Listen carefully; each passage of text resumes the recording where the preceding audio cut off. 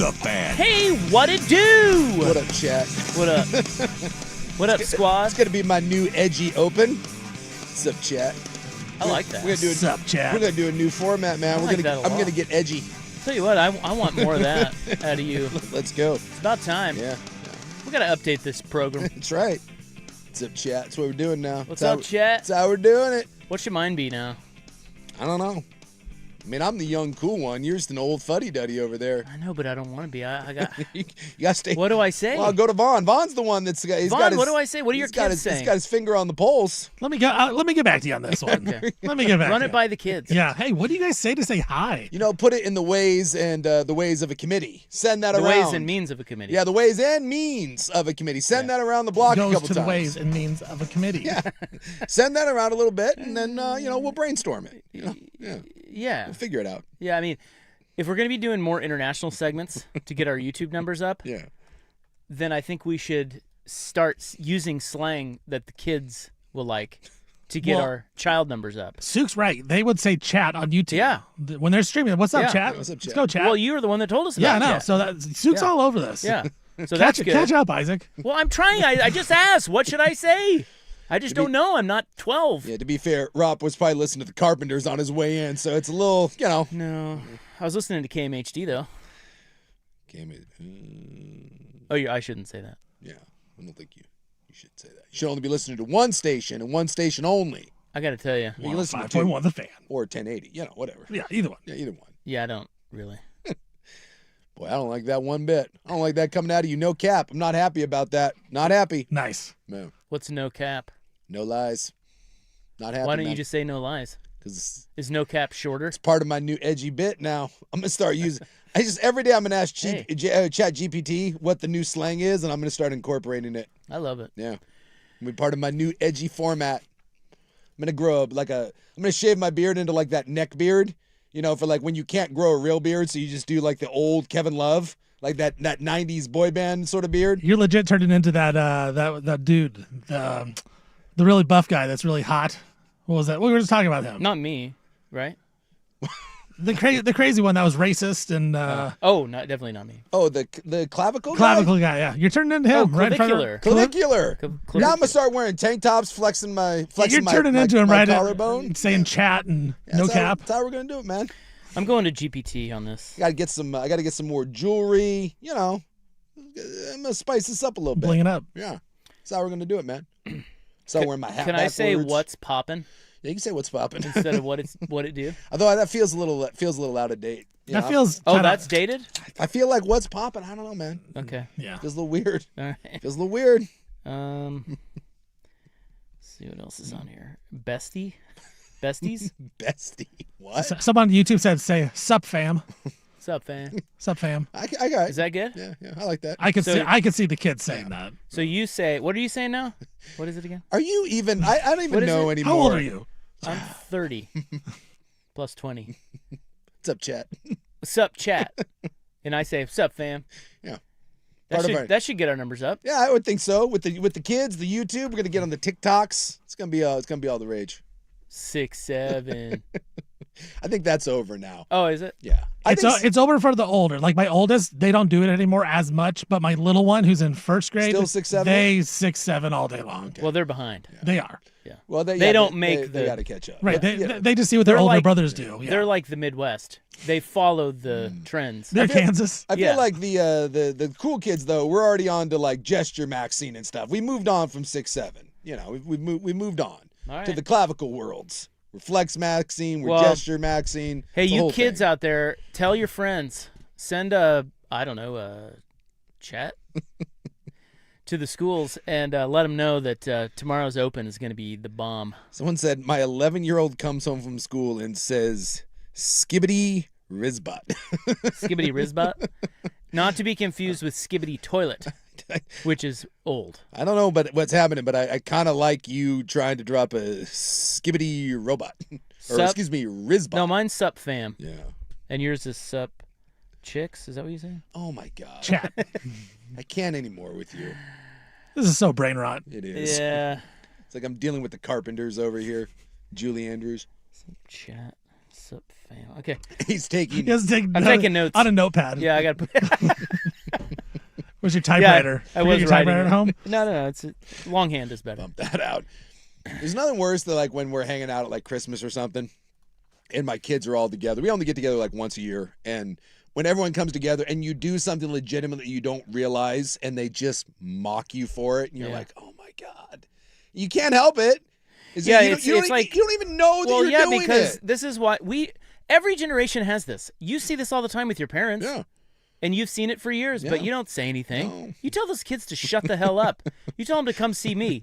Listen, they're going to have the same thing, okay? We don't know what we're doing. We're old. Yeah. So let it go. We raised your ass. Shut the hell up. And a lot of it has to do with like technology, and I will give them like they're pretty good.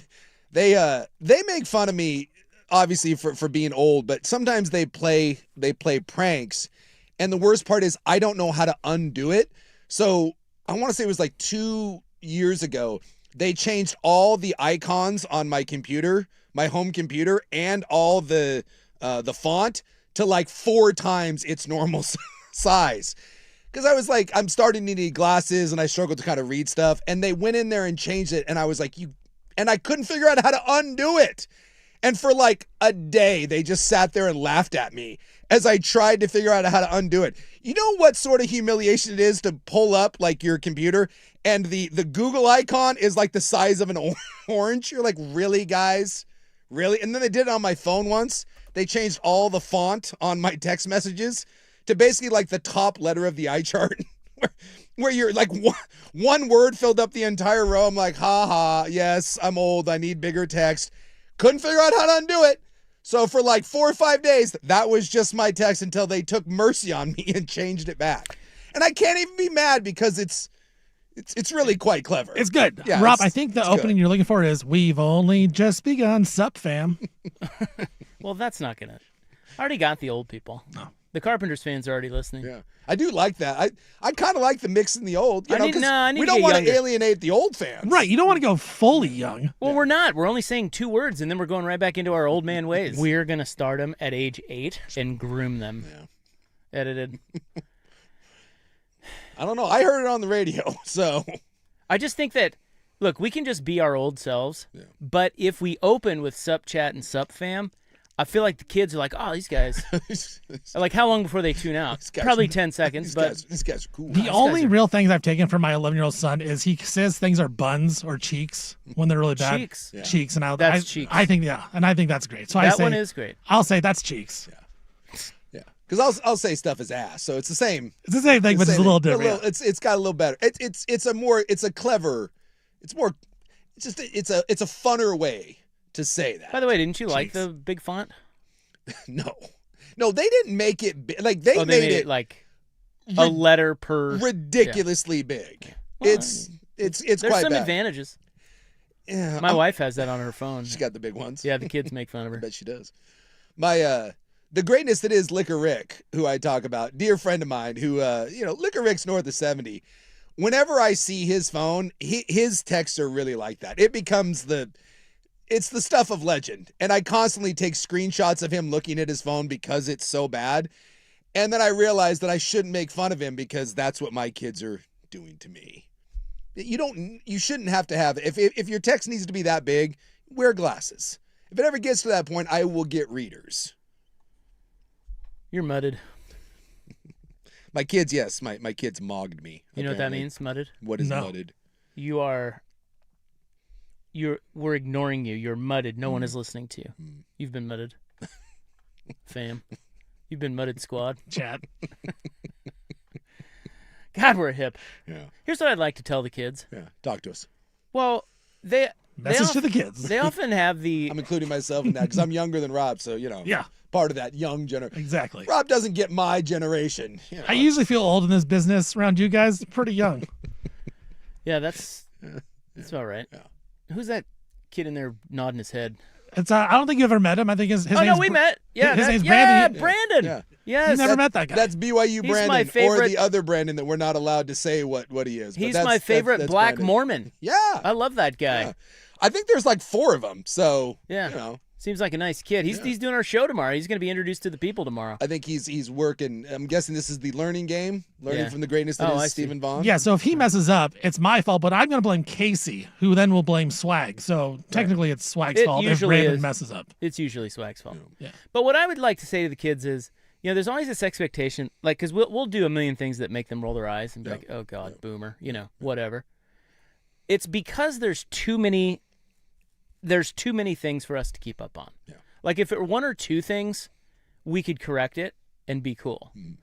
But we can't because it just, over time, it Builds just up. we can't keep up with all of it. And then eventually the dam breaks. Yeah, you stop and then eventually caring. you're just an old man. Yeah. This is how it works.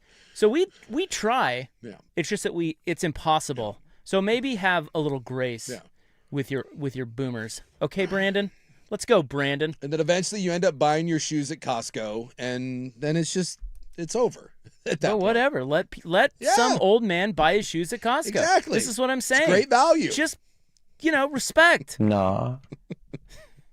We've lived a little life. We know a thing or two, even if we may be mildly racist from time to time.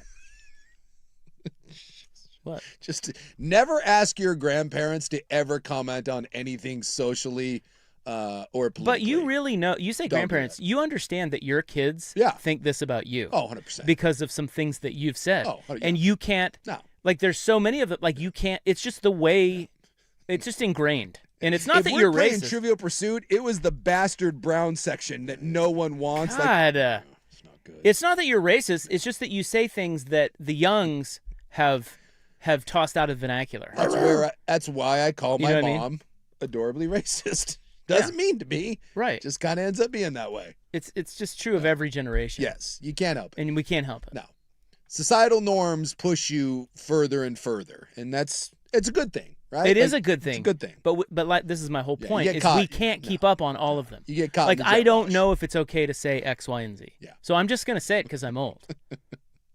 Yeah, eventually you stop caring. It's like, what are you going to cancel me? I'm 75. Yeah, what are you going to do gonna about it, you little S-head? Yes. I'm going to be dead in 3 years anyways. I don't care. Yeah.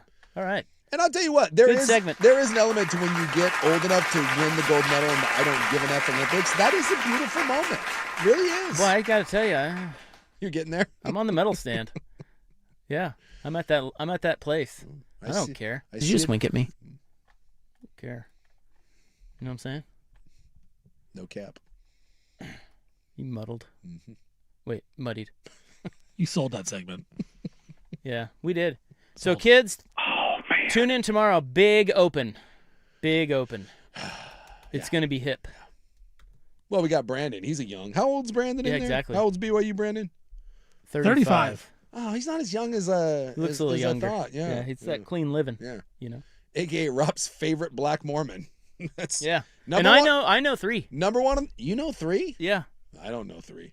My pin go. I All right. do not know 3 black Mormons. Okay, I only know 1. But look, he's my favorite. Let's say you don't even know him. You didn't know he was until I told you. I'm trying to think how many Mormons I know. You met him for a second time the other day. Yeah, you didn't No, remember I met him for meeting- the first time. You don't remember meeting him. No, he's wrong about that. I never met him until the other day. So he misremembers meeting you? Yeah, because he knows me from the show. Yeah. Which is more like I'm famous. We all know you. I'm Yeah, famous. We all feel like we know you. Exactly. So when you meet me, it's Sure. the first time. Okay, Hello. clearly. I hate you all. All right, let's get started. What do you want to talk about? Oh, we got some trades. We do? Yeah, Who got traded? decent trade. Did the Blazers trade Avdia? No. Has anybody checked on Schultze? What? Has anybody checked on Schultze? Like the Schnitzel Wolf? Well, yeah. Oh. Do you know another Schultze? Well, I mean, technically, no. We haven't discussed Schultze in a while. Is Well, Schultze here? Do we know? Yeah, he's around. He's around? But the Mariners gave up 16 runs in the first 3 innings. Well, it's Don't say it's only Okay, spring training okay. because you understand that the Schnitzel Wolf does yeah, not care. It doesn't matter. Okay. No, I Just I- checking. Okay. I hope he's okay. He send that text. Hey man, you all right? I think I will. Spring training? I'll let you know how he's Okay. doing. Yeah, we do have trade. We have trade. DJ Moore to the Bills. Yeah. Yeah. All right. It's nice. We'll get to that next on The Fan.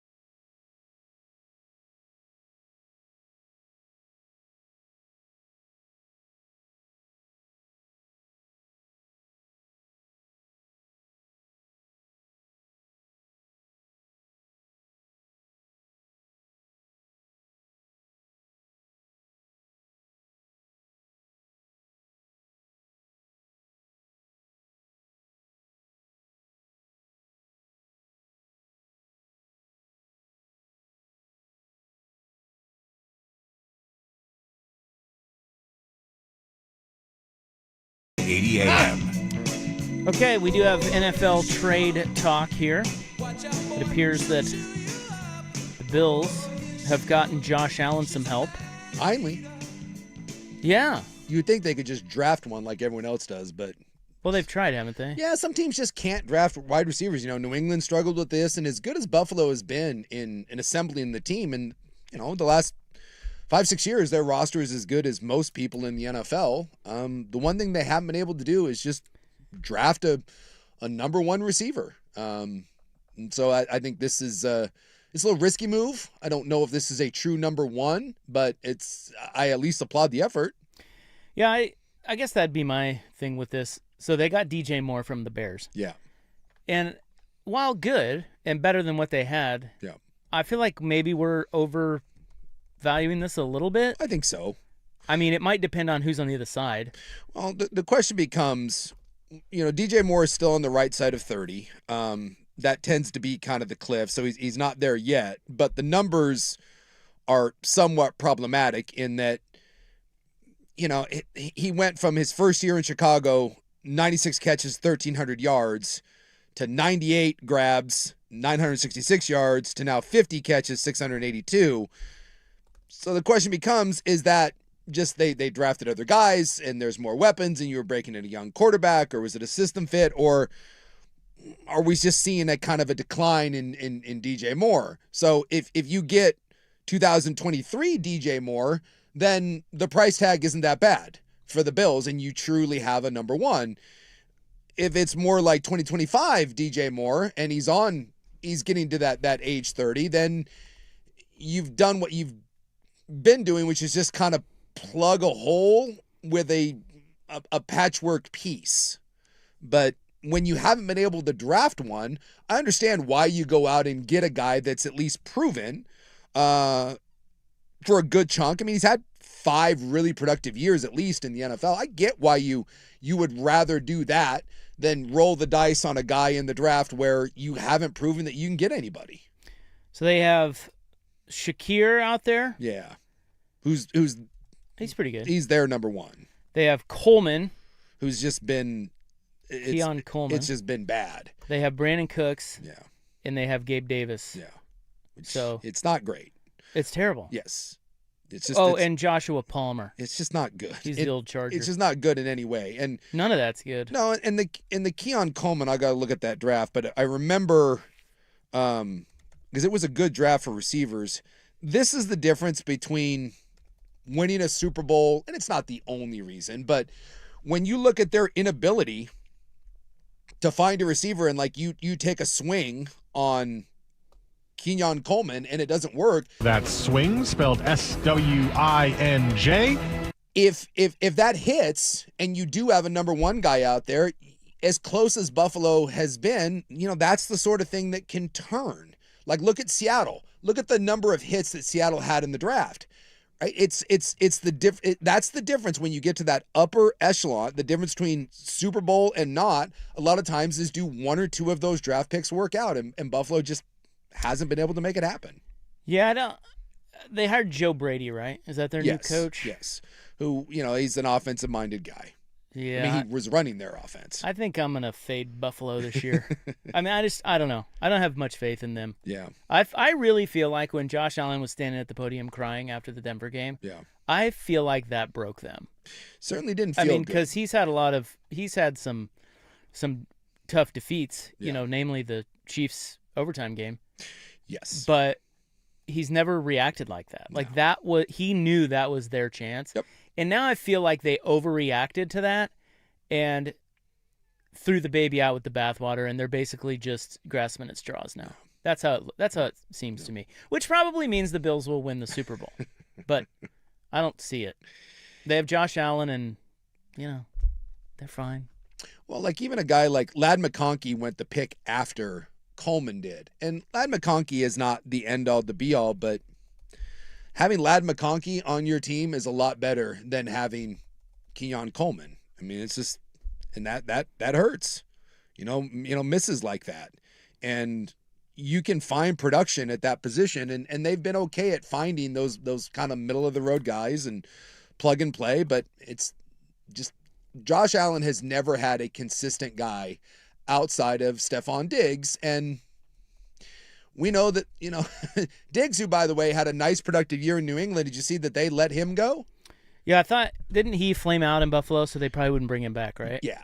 They don't like him. He him. flames out everywhere. Yeah. And in New England, he seemed to be on his best behavior and had a nice year coming off an injury, wrong side of 30. That was a signing that I was just like, don't touch that. It actually worked out pretty well for New England, but after 1 year, New England said, we're good, and we moved on. So, they just it's just not an area that they're going to go down. So I haven't looked at the Bills draft picks, but they should.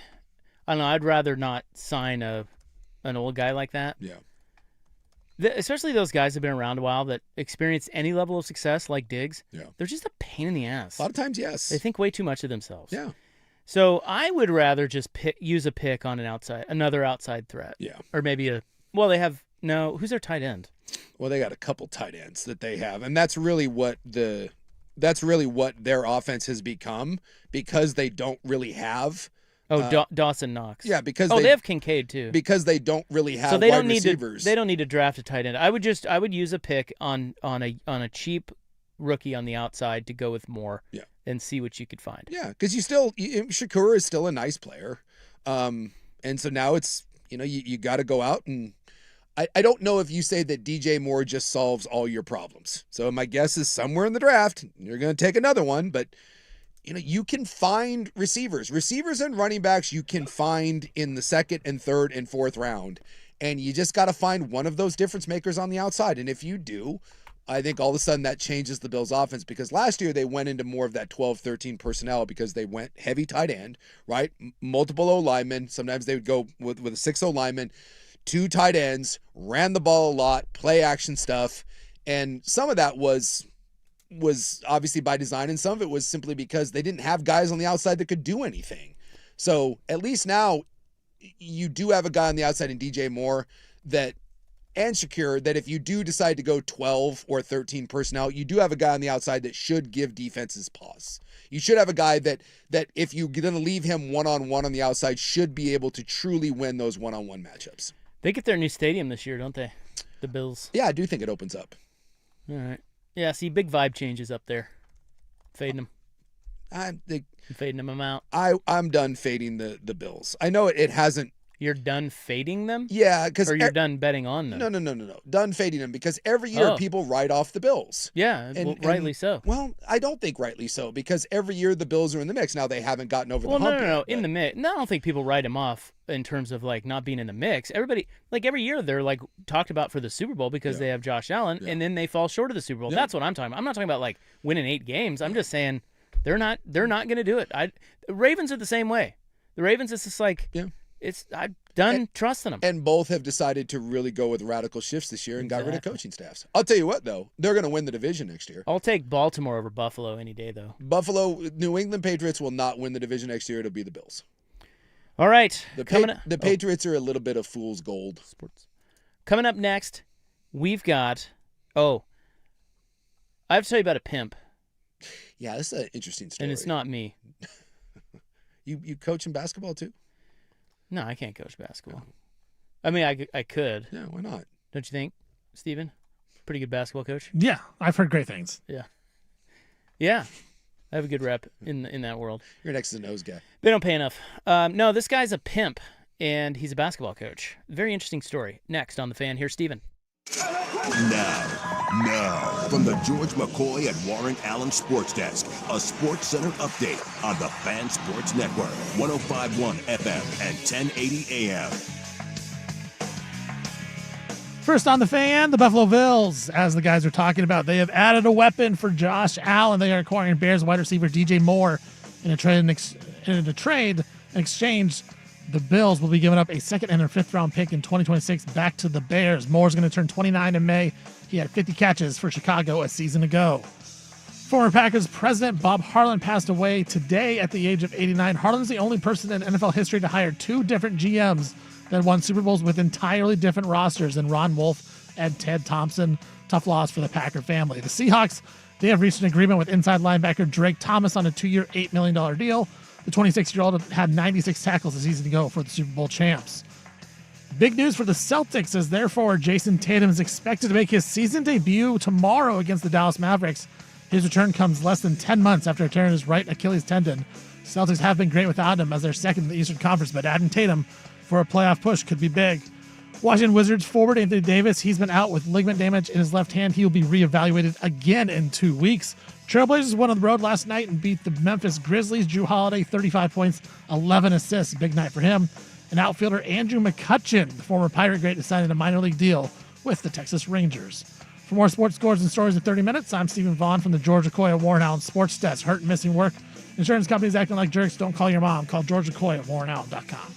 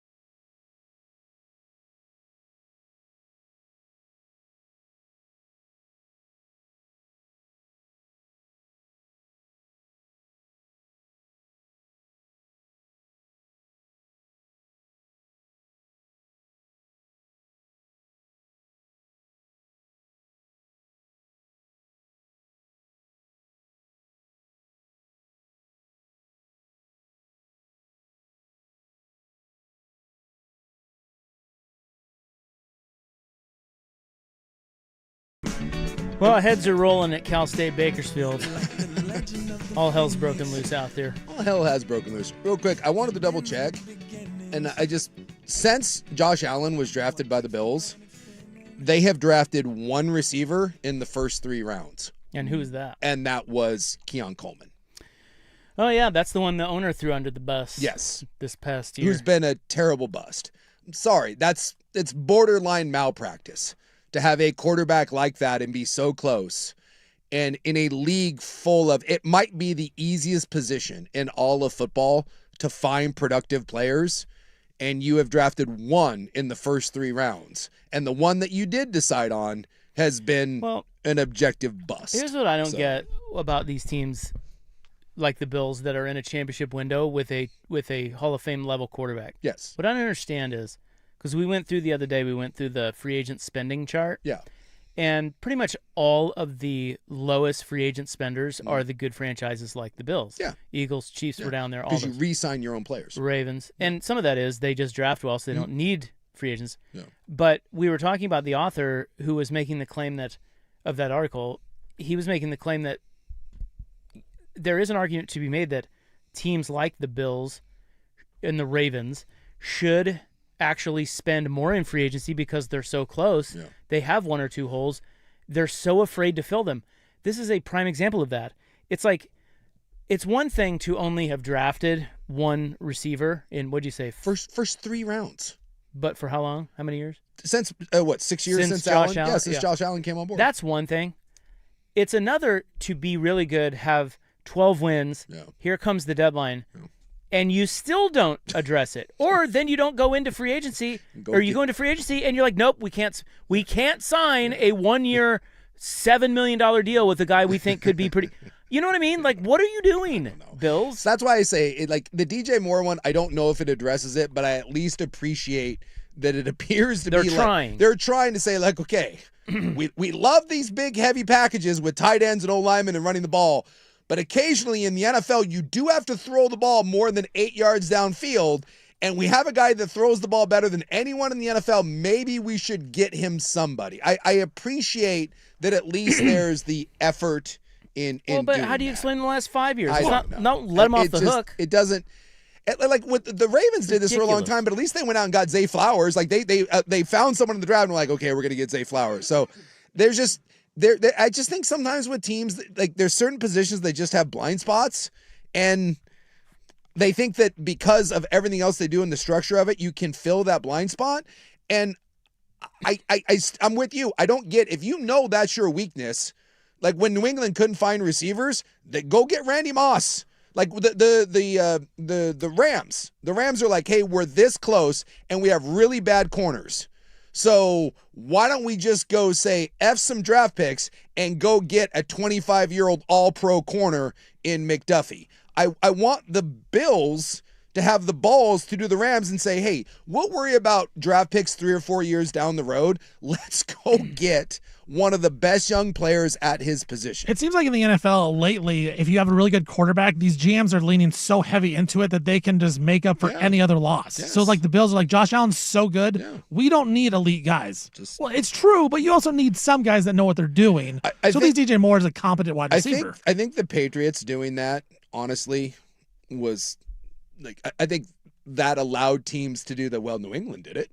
New England did it without a bunch of elite guys on the outside, and well, that's fine. You better be New England then, and you better be Kansas City to some extent too. Yeah, once they got rid of Tyreek Hill. Yeah, but I think the GMs, like the Bills guy, I feel like they get too locked into not screwing it up. Yeah, that's what they're trying to. They're always building, and when they're building, they're saying, okay, well, we could go get this receiver, but the cost of that is going to screw us up. The Packers fall into this. The Bills fall into this. But the problem is you're always building toward nothing because you never get over the hump.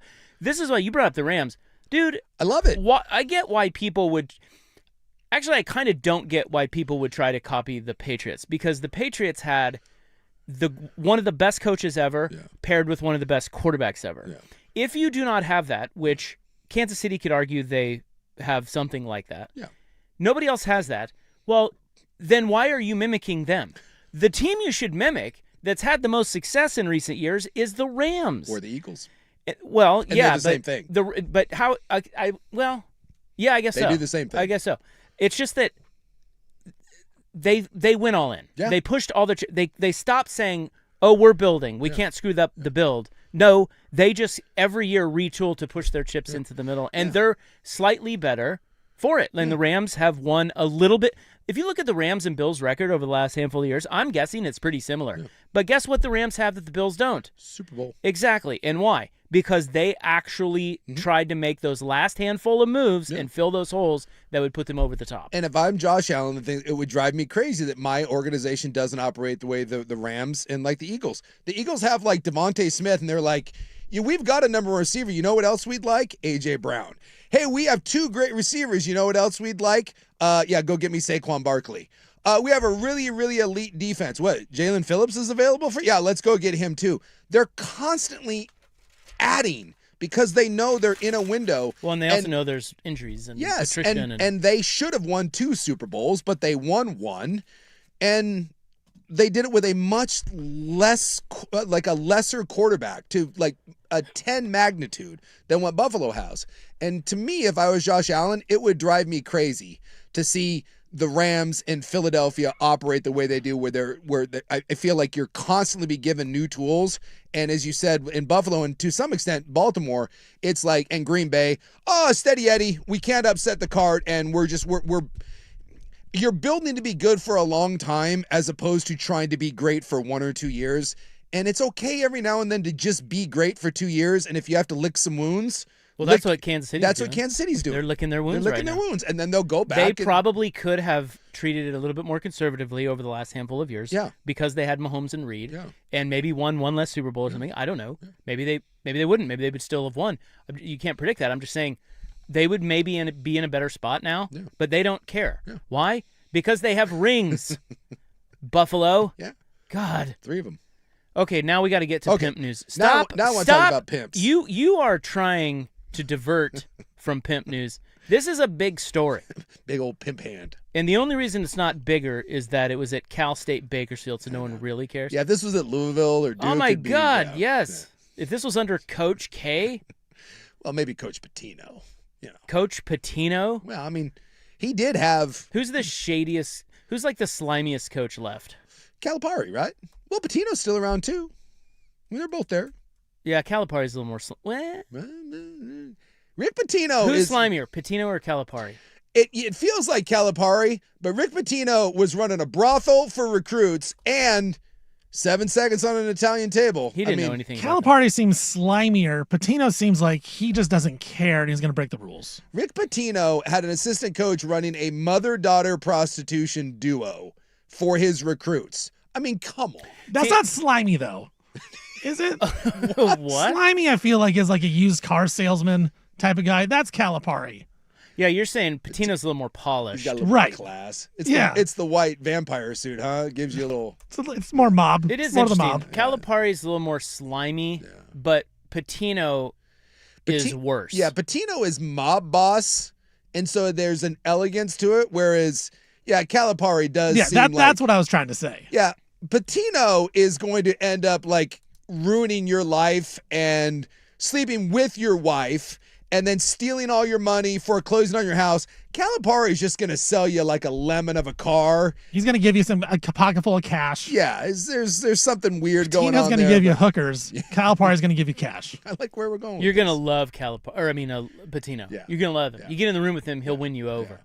Whereas Calipari, I think it takes a certain type. He slides under the door. It's one of those. Yeah. Okay, why? Are we talking about that? We got pimps. Well, we got a guy. Yeah, we got a guy. We got pimps in college basketball. Yeah. It's a great story. It really is. Yeah, we love this one. This is teed up for us. Whoa. And we'll get to that coming up next on The Fan.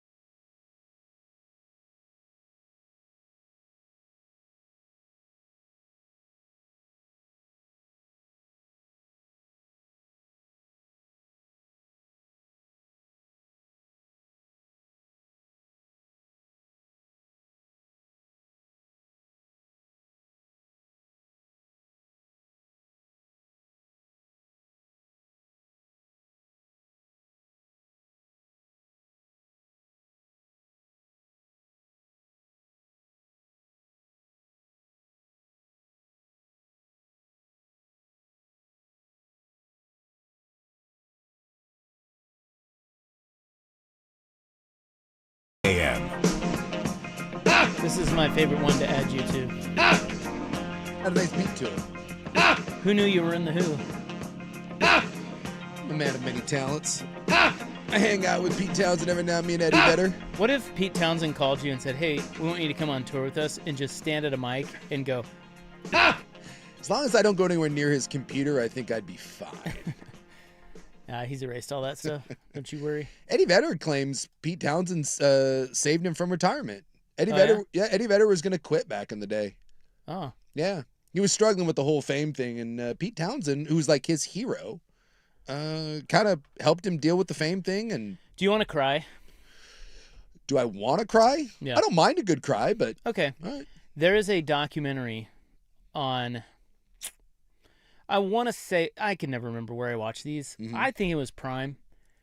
Eddie Vedder has a documentary. Have Yeah. you seen that? Yeah, about the he's raising money for the kids. Oh my God. Yeah. What is the? I'm trying to the I condition. can't remember the condition, but it's absolutely awful. It's terrible. And his wife and You his will- wife is in charge of the whole thing. She's Yeah. putting on a benefit for this cause because one of her friends' kids has this. Yeah. It's a terrible, terrible affliction. Kids die very young. It's awful. It's a genetic like skin condition. Yeah. It's called. you have the name of it? It's called EB, but obviously it's. Yeah, I'll there's a see. bigger. I'll yeah. see what it's. So Eddie did a concert in Seattle. It was just Eddie. It wasn't Pearl Jam. It was just him, and it was for that cause. Epidemiosis bulmosa, which is why they call Yeah. it EB. It is. Just look up EB. It's Anyway, terrible. if they did a documentary on them getting ready for this event, and they it's basically, look, when you turn it on, you think it's going to just be a lot of Eddie Vedder concert. Yeah. It is actually not. No. It is more a documentary on the disease and interviewing kids who have it, and it is absolutely heartbreaking, and you will cry. Yeah. And Eddie Vedder is absolutely amazing. They say it's like the skin becomes so fragile, like your skin, it's like anything that it blisters, it splits. It's like being made of butterfly wings. Yeah, and you have to, I mean, like these parents, I just marvel at the parents. There's a woman in the documentary who adopts these kids. Yep. And the labor that like the time and energy that it takes to just treat their skin every day, it's like 5-6 hours a day. Yep. And they're in writhing pain. It's awful. And when you're a little kid, you can't. The kid doesn't know that rolling over or hitting anything it's just because it's with the babies. There's no way to tell the baby obviously to not do something. It is. You will bawl your eyes out. And he has already raised through this, him and his wife's charity, $80 million have already been raised towards this. So it's called Matter of Time. It's on Netflix. If you it is Netflix. Yeah, it's Okay. Netflix. If you want to cry, watch that. And there's some cool Eddie Vedder playing music. Yeah, it's not Pearl Jam. It's just Eddie. It's just Eddie, like I said. Yeah. Anyway, I heard an interview about that, and then I ended up watching it. And sure enough, I was like, damn it, dude. you're going to ball Yeah, up. that's the thing is you turn it on, and it's Eddie playing, and you're like, oh, this is great. Yeah. And then it goes to the disease part of it, Yep. and you want to turn it off, but you won't. No. And you'll watch it all the way to the end, and you will need a box of Kleenex. Yeah. It's rough. So and it's a recommend. Like Yeah. it's good, and you should know about this. Like it's I had never heard of this. condition. amazing what they're doing. Never heard of it. Also amazing what Cal State Bakersfield assistant coach. Amazing in a much different way. His name is Kevin Mays. What he was doing. Yeah. He is facing several charges because he was moonlighting as a pimp. So he is only an assistant. Yeah. Okay. Well, you can't. Look, you can't be a head coach. Doug Gottlieb proved this. You can't be a head coach and have another full-time job. I mean, it's in pimping, it takes a lot of your time. So Kevin Mays is currently in jail. Yeah. He is right next to Chauncey Billups and Sharon Moore in sports jail. I'm guessing this probably ends his career, yes. Oh, wait. I have breaking news. We do. Yeah. This is breaking news. We got to talking about Eddie Vedder, and I forgot to tell you. My sources are telling me that on that Tokyo drop, or the call of Bizana, yeah, that was KEZI legend Steven Nelson, and he is half Japanese, and that is how they say it in his native So that would tongue. be So it was the accent. absolutely on the up and up. But I want to say, as an American, I was born with the God-given right to critique others' speech. Okay. Thank you. That's right. Including people in their native tongue. Well, you got to check. You got to check. You got to hold these people accountable, That's right. Rob. Not everybody's like Swigard. You just roll your R's and sound, When Swag does the Nicaragua. You're like, all right, See what I mean? Yeah, I get it. All right, back to pimp hands. Yeah. Kevin May. Oh, damn it. Hold on. Kevin Mays. He's an assistant at Cal State Bakersfield, and he is in jail. In case you were wondering, by the way, he needs to spend less time pimping, more time coaching. They're in last place in the Big West. Well, it's probably because Kevin isn't there. Yeah. He's split time, man. According to ESPN, the charges stem from a tip sent to then head coach Rod Barnes back in August. A former Cal State Bakersfield athlete, Mays worked in a temporary coaching role with the university last summer. Bakersfield police told ESPN that Barnes received an anonymous letter from an alleged victim claiming Mays is trafficking a girl by the name of Redacted. He has been trafficking this girl since May. Yeah. Barnes reportedly forwarded the note to the university's Human Resources Department, which led to multiple charges from university police, including felonies such as pimping. Can I honestly say, when I read this story, I didn't know that pimping was an actual, I didn't know you could be charged with pimping. I thought that you maybe trafficking or whatever, but that's your rap sheet? What are you being charged with? You're being charged with first-degree pimping? Didn't know that was a thing. Pimping ain't easy. No, apparently not. And look, if pimping is a felony, come arrest me. Got that strong hand. So it says, He had some automatic weapons, right? High-capacity stuff. Led to multiple charges from university police, including felonies such as pimping, possession of automatic firearms and high-capacity magazines, and possession of both methamphetamine and marijuana with intent to sell. I will say that when committing a felony, I do know that if you have an automatic weapon, those are illegal, by the way. And when you have one of those and you're committing felonies, that's a lot of jail time. They take that very seriously. I mean, he managed to get himself fired in basically 4 ways here. Yeah. One of them. Pimping is the worst. Yeah. Well, that's going out in a blaze of glory. Yeah. Well, not glory, but you know what I mean. Yeah. I mean, selling meth with the automatic But then weapons. meth would get you fired alone. Yeah.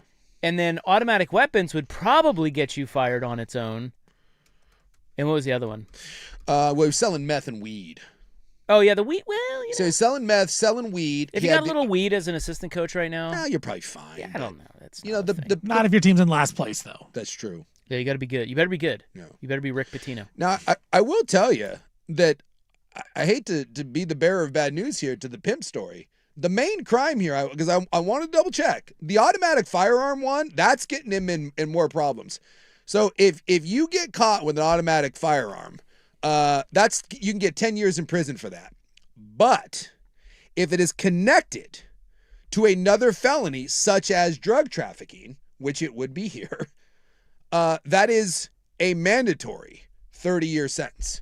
My man's going away forever. So don't you think, in this instance, the pimping, you have to prove that? Yeah. And that's probably harder to prove. This is just cut and dry because he had the weapon. So this is the way that they get him. Yes. And they're going to get him for. That's why you see in all the movies, in The Departed, where they get really pissed.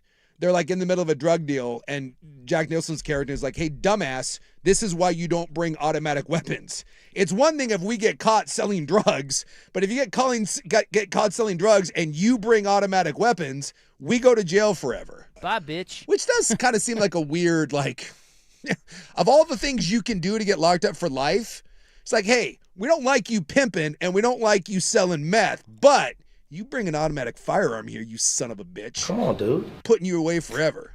This guy's in some serious trouble. And that's not the end of it. The athletic director there, he was fired on September 8th, and that was just days after Mays got arrested. Yeah. So then he has now sued the school, saying he was fired in August after alerting officials to crimes and misconduct. So he's claiming that the university is using him as the scapegoat by firing him days after the Mays arrest. And, I'm guessing he probably has a good case. I would think so. But I will just, let me play devil's advocate here. If you are in charge of the athletic department, a la Scott Barnes, you can get away with a lot of stuff, but pimping as a coach and meth and weed and the boom booms there, doesn't eventually that fall on you? So he won't be on the Oregon State shortlist? Don't think he's getting bumped up. Do you think Oregon State would trade right now? You think if you asked Beaver fan, we're going to trade Scott Barnes for this AD here, you think they, I would. Because Oregon State's been doing a lot of worst AD in the country, and I offer you. Well, this guy, what did this guy do wrong? Well, Look, He hired a pimp. they had a bad act. He didn't even hire the pimp. He hired a pimp. But he didn't. He's the AD. The basketball coach hired the assistant coach. And by the way, the basketball coach stepped down. So I feel like, look, there's a bad actor here, no question. But not everybody has to go down in flames. Yeah, you kind of have to go down. I don't think they do. The university's trying to make it look that way. Are you raising your voice at me? Yes, like I am. I think that's bullshit. Sounds like Rob's open to do a little swap here. Also sounds like Rob is Listen, willing to be like, what's wrong with a little pimp every If now you're and then? trafficking girls and smuggling firearms, I'm not losing my job over it. Mama didn't raise The no hell bitch. I'm not. Oh, I'm taking you down with me. Or I mean, wait, the hell I am. Gold Beavers, how about Exactly. Tell you right now, if someone starts digging into me, the first thing I'm doing is rolling over on you. Hey, we did this together. You often said we get lumped together. Yeah, prove it. Hey, it's Isaac and Suk. See, there we go together. We do some. You think if I was running a pimp ring, anyone would believe you weren't involved in it? Come Yes. on. Well, they better. If they don't, prove it, bitch. You have the stronger pimp hand of the two of us. Come on. Listen, like I said, pimping ain't easy, but my ass is all above board. Fam. I'm sure How was that, Brandon? Was that pretty good? this is our new scandal here. Yeah, how was that, squad? I'm sure the Cal State Bakersfield alumni group, all 8 of them are they're shocked by this. Well, listen, you realize the thing about stories like this is if Cal State Bakersfield sucked, which I think they kind of did. Yeah. They were the last in the Big West. Yeah, then the people, the powers that be that that pull the strings at Cal State Bakersfield, they don't care about any of this other than they're all gone. Yes. And they're like, perfect. Now we don't have to pay any of them, and Everybody's we'll gone. hire a new coach Yes. and win a bunch of games. That's all they care about. And if this doesn't work, we'll pin an Instagram hottie on him, and we'll get him. That's right. Did you see the new gal that Michigan hired? What? Well, there was a meme going around. They're like Sharon Moore when he realizes that he missed out. Michigan hired like a new recruiting director, and she's easy on the eyes. I think she came from USC or Texas. Now, why would they do that to Kyle Whittingham? Because Whittingham's above that. We know this, right? She is. Isn't he? Either that or they're saying, Kyle, Yeah.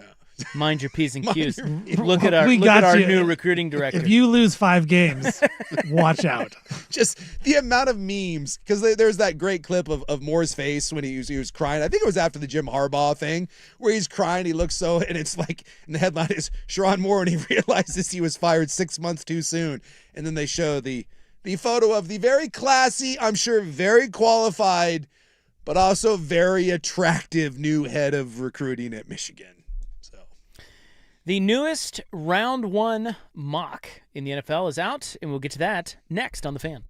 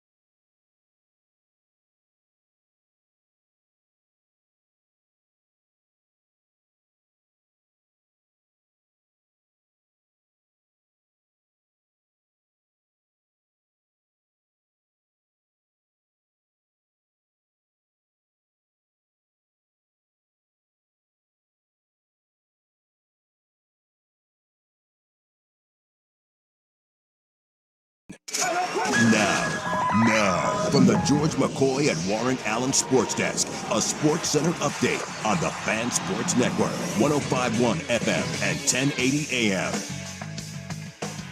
First on the Fan, the Buffalo Bills. They have added a weapon for Josh Allen. They are acquiring Bears wide receiver DJ Moore in a trade in exchange for a second and a fifth-round pick in 2026. DJ Moore is going to turn 29 in May.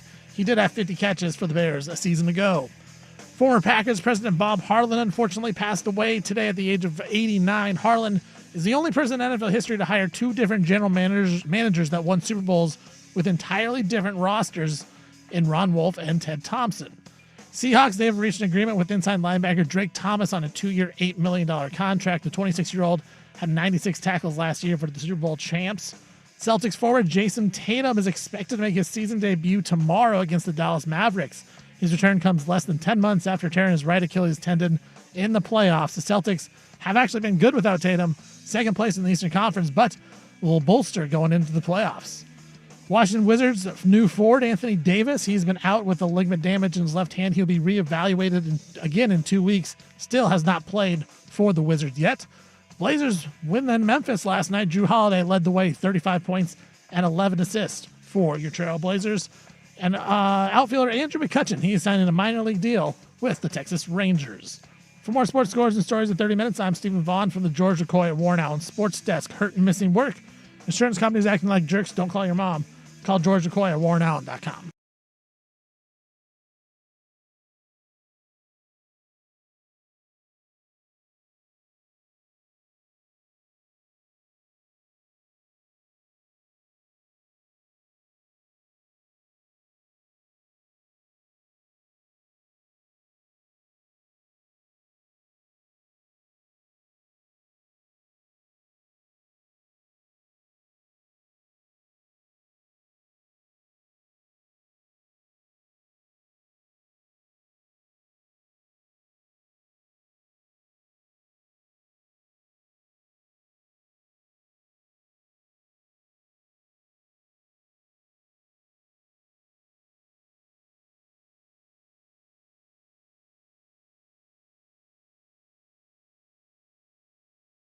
All right, welcome back. We are sportsing pretty hard here for you guys today.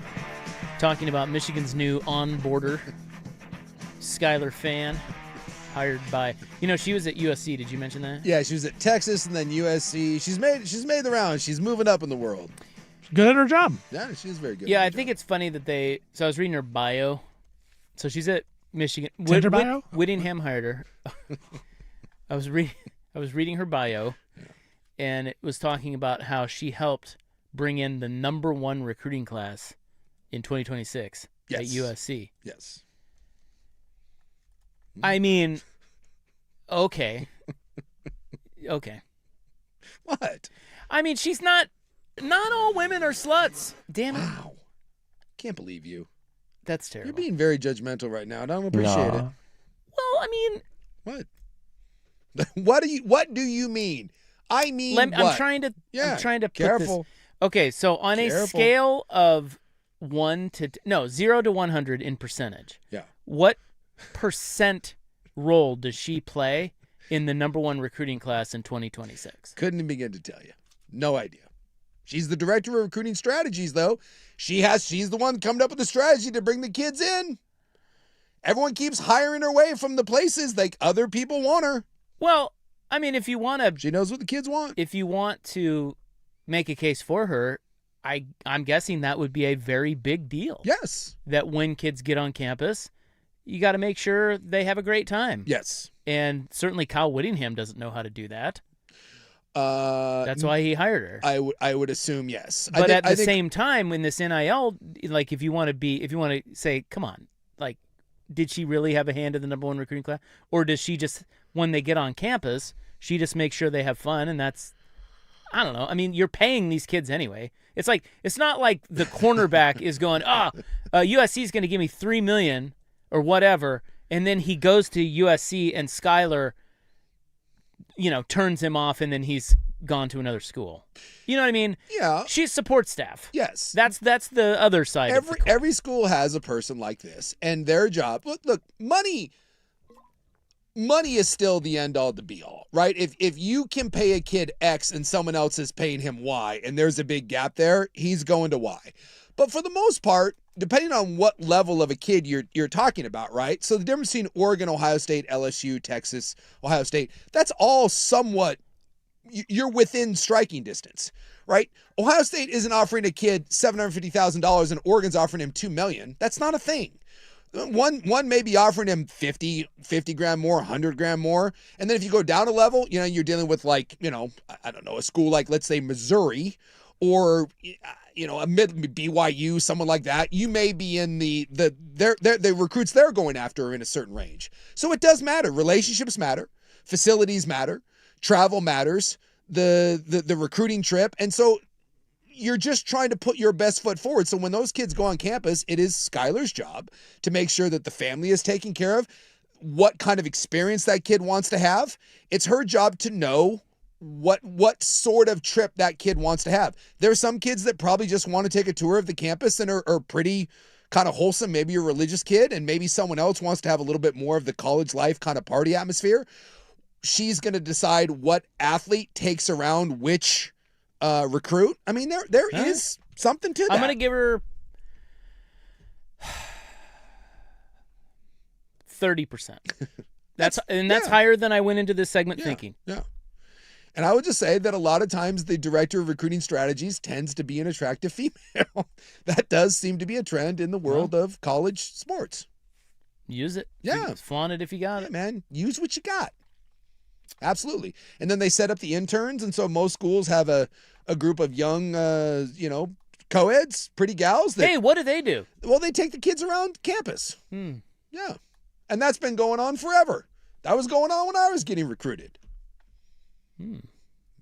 Not for chubby old linemen. What do they do with you guys? Nah. Take you to the cafeteria? Yeah, it's like they take you. Look at this buffet, guys. Yeah, there's a lot of that. It's a little disappointing. Try to get you really drunk. There's a lot of that. Well, you guys are Mormon. See if Like, you why get would they? blackout drunk. Well, not at BYU, but yeah, my BYU trip was different than others. But wait, you just said like if you went to a recruiting, you went to UCLA was one school that you were considering. Yeah, UCLA, Oregon, Washington State, all if that. If Skylar was there, yeah, she should know you're Mormon and not offer you drinks. No, she should know that I was. Well, she should know you're a Jack Mormon. There you go. She should know that. Yeah, BYU did. That's her job. Yeah. BYU put me with a guy named Hans Olsen, who I probably had former radio host. Or maybe current radio host. I don't know. Yeah. So he knew that, for me, I did not want to have the most wholesome of trips. And so, there was that. Hans Olsen. Yeah. Is he still doing his I don't know if he is or not. Radio program? Yeah. It's Yeah. I think I think he's been down there for a long time. I think he's still doing it, yes. I think he's been doing it for about as long as BYU football radio analyst. Yeah. Yeah. Yeah, he was my recruiting host. They call him a goofy lineman. He wasn't goofy when I played. He was a angry defensive lineman. But he used to do sports talk like you. Yeah. Now he just he does the color stuff. Yeah. Yeah. So he's moved on up in the world. Yeah. What's the matter with you? Why can't you get a gig like that?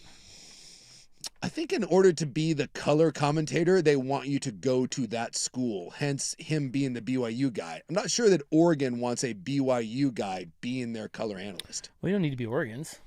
I don't think Oregon State wants a BYU guy being their color analyst. You kind of have to be a homer for the team.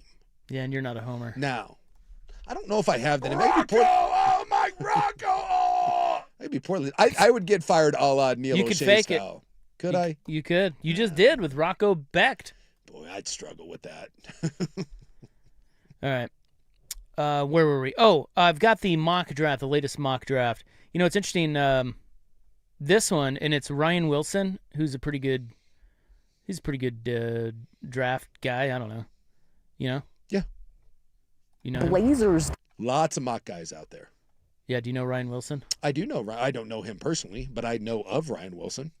Well respected. Yes. He has the Bills trading up for a receiver. That may change now, obviously, because they went out and got. Yeah. Yeah, he does. He's what? CBS, right? CBS Sports. Yeah, CBS Sports. Yeah, we'll go through it coming up next on The Fan. Dirt and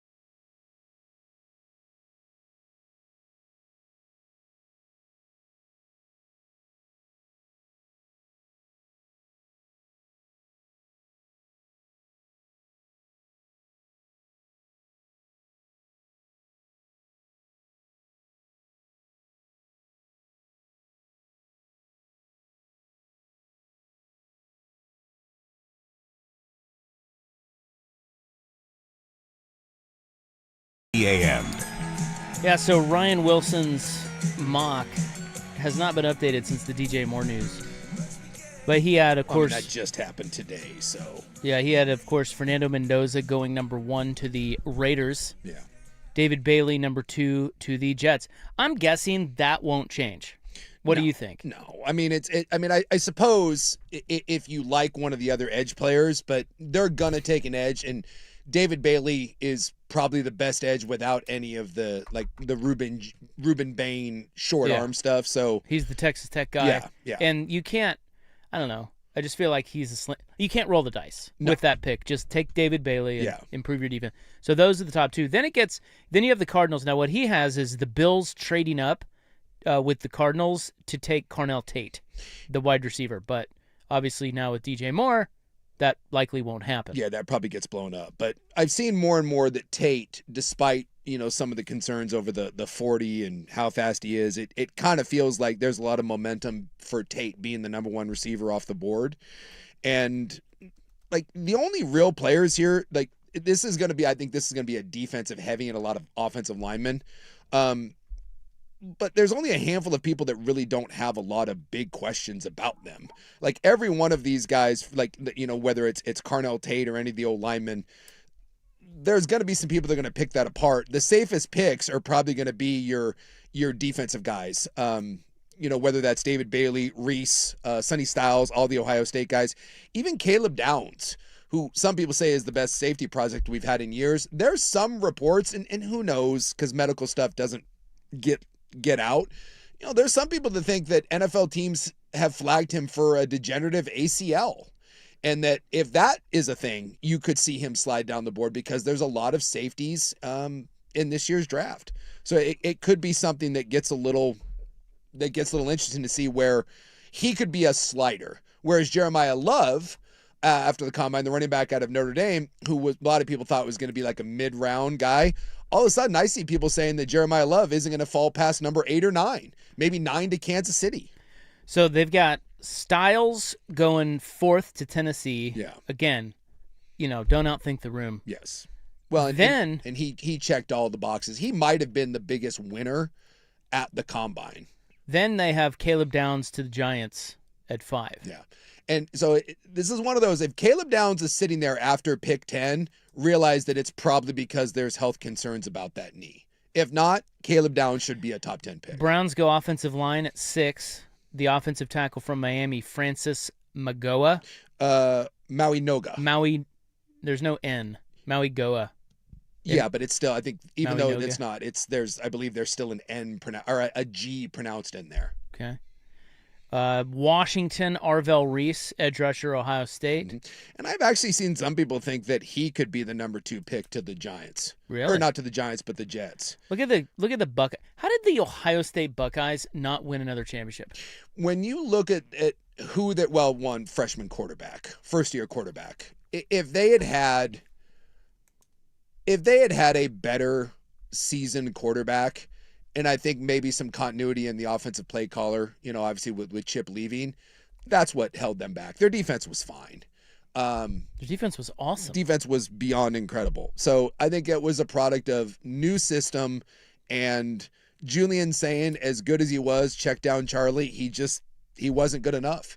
I think if you could have, and this is where the transfer portal has become such a big deal. Ohio State, it wasn't a great transfer portal in quarterbacks, and they thought they had a guy that could kind of rise up, and he didn't. There's one reason they don't have a national championship, and that's because of the quarterback position. But when they look back at this group of guys and how many of them are going to be high picks, that is going to be viewed as a real missed opportunity. Because it's not like Indiana beat the brakes off them. Indiana beat the brakes off everybody. Ohio State's going to look at that and say we were better than they were. Well, we're only on pick 7, and I've already mentioned 4 Ohio State players. Yeah. 3 from the defense. Yes. So then Love 8 to the Saints. Jeremiah Love, the running back. Yeah. They love him. And then offensive tackle Spencer Fano from Utah to the Chiefs. This is one that I don't get this. For all the talk of Will Campbell having, the short arms at LSU, and then at the end of the year, Fano has an inch shorter arm than Will Campbell. And I watched a lot of Utah football, and he's a really good athlete, and he moves real well. Boy, that's one I just, if you're drafting him to be your starting left tackle right away, this to me seems like a real reach. But that's one guy that I don't agree with a lot of the draft prospects on. And then he has the Bengals taking Reuben Bain. Yep. Old Mr. Short Arms himself at number 10. Well, and this is where we can all get ahead of ourselves. Look, I get that there is obviously questions about his arm length, and that may keep him from going in the top 3. He's not going to fall out of the first round. Someone is going to look at that and say, short arms be damned, the production is there. Because from a production standpoint, he's better than any of the Ohio State guys. He just doesn't have the measurables that you would love. And he didn't do a lot of the testing, so we'll see what his pro day is like. I want to see like what he runs, because he did not compete the way the Ohio State kids did when they all blew it out of the water. I mean, Reese and Styles, the 2 Ohio State products, made themselves a lot of money. Bain, not so much, but again, if he goes into the pro day and his arms measure a little bit longer, and then he does everything and wows you and is more athletic than you think, his production solidifies himself as a top 10 pick. And then they've got a couple notables. Sadiq going 15 to the Bucks. Yeah. And the only other quarterback in the first round, they have Ty Simpson to the Rams at 29. Yeah. And I mean, I think Ty Simpson, first 1-year wonders at quarterback don't work out in the NFL almost ever. Was he a 1-year wonder? He's a 1-year wonder. And what I thought he was a little disappointing. He was. So he started out the year really good. Oh, you mean he's only had one good year? Is No, that what he's you mean? only played 1 year. He only played 1 year there? Yeah. Only started 1 year. He seems like he's 30 years old. No, it's backup. This is the only year that he played. And he started the year really well, and it looked really good, and then it really fell off. And at the end of the year, Yeah, they were weird. It was weird. And so, but I guess the combine, he was great. okay, so he's throwing against nobody. He doesn't have elite athletic ability, right? He doesn't have a howitzer for an arm. This is another one where Jim Rat. most years Savvy. he's a second right. he's a second or third round pick, but Well, he's a because coach's kid. Bama didn't have a running game, though. They didn't have a great offensive line. They have Kalen DeBoer. You know, I mean, look, how do you overcome that? Caleb Sneaky athletic. Ty Simpson may end up being the second coming, but that is another guy that, where do they have him going? 29 to the Rams. Well, I guess that's at least a That's good spot good, yeah. because one, you got McVay, and you're going to sit behind Stafford for at least a year, hopefully 2, and not play. Because that is a guy that if you expect Ty Simpson to come in and play week 4, I watched that guy at the end of the year in multiple games and was like, really? Like there was some talk that he was going to have to come back. And had this been a stronger quarterback class, he would have come back. Like that smelled at the end of the year a lot like Carson Beck. It didn't smell like first round quarterback. So, buyer beware when you're drafting Ty Simpson. To your point, he may be, if he gets lucky, he'll be drafted at the end of the first round rather than the start of the second, because it's a good team rather than one of those bad teams. Exactly. That draft him at the start of the second round. His overview says former 5-star who waited his turn, raised his profile in one season. He is mechanically sound from a footwork and release perspective, providing a favorable foundation. He's above average as a processor and decision maker, but timing and anticipation remain work in progress. Arm talent and velocity are average, which limits his success. Yeah. It says his repeatable process should help iron out ball placement inconsistencies the more he plays. He's unfazed by shell coverages and is decisive when attacking intermediate zone pockets for chunk gains. I watched Indiana put his nuts in a blender and make him look completely lost. I saw him disappear in some of the biggest games. And he started, 15 games? Bartu talks about this all the time. Like, one of the best metrics you can use for quarterback success is how many games did you play? And 1-year quarterbacks, which is why I thought it was very wise that Dante Moore came back. Oh, man. And so now you're telling me that you're going to bet that Ty Simpson is the outlier. Why? What does he have that's elite? Because he's not an elite athlete. He doesn't have elite size. He doesn't have an elite arm. And he has not played a lot of football. So why are you betting on him to be the guy that bucks the trend?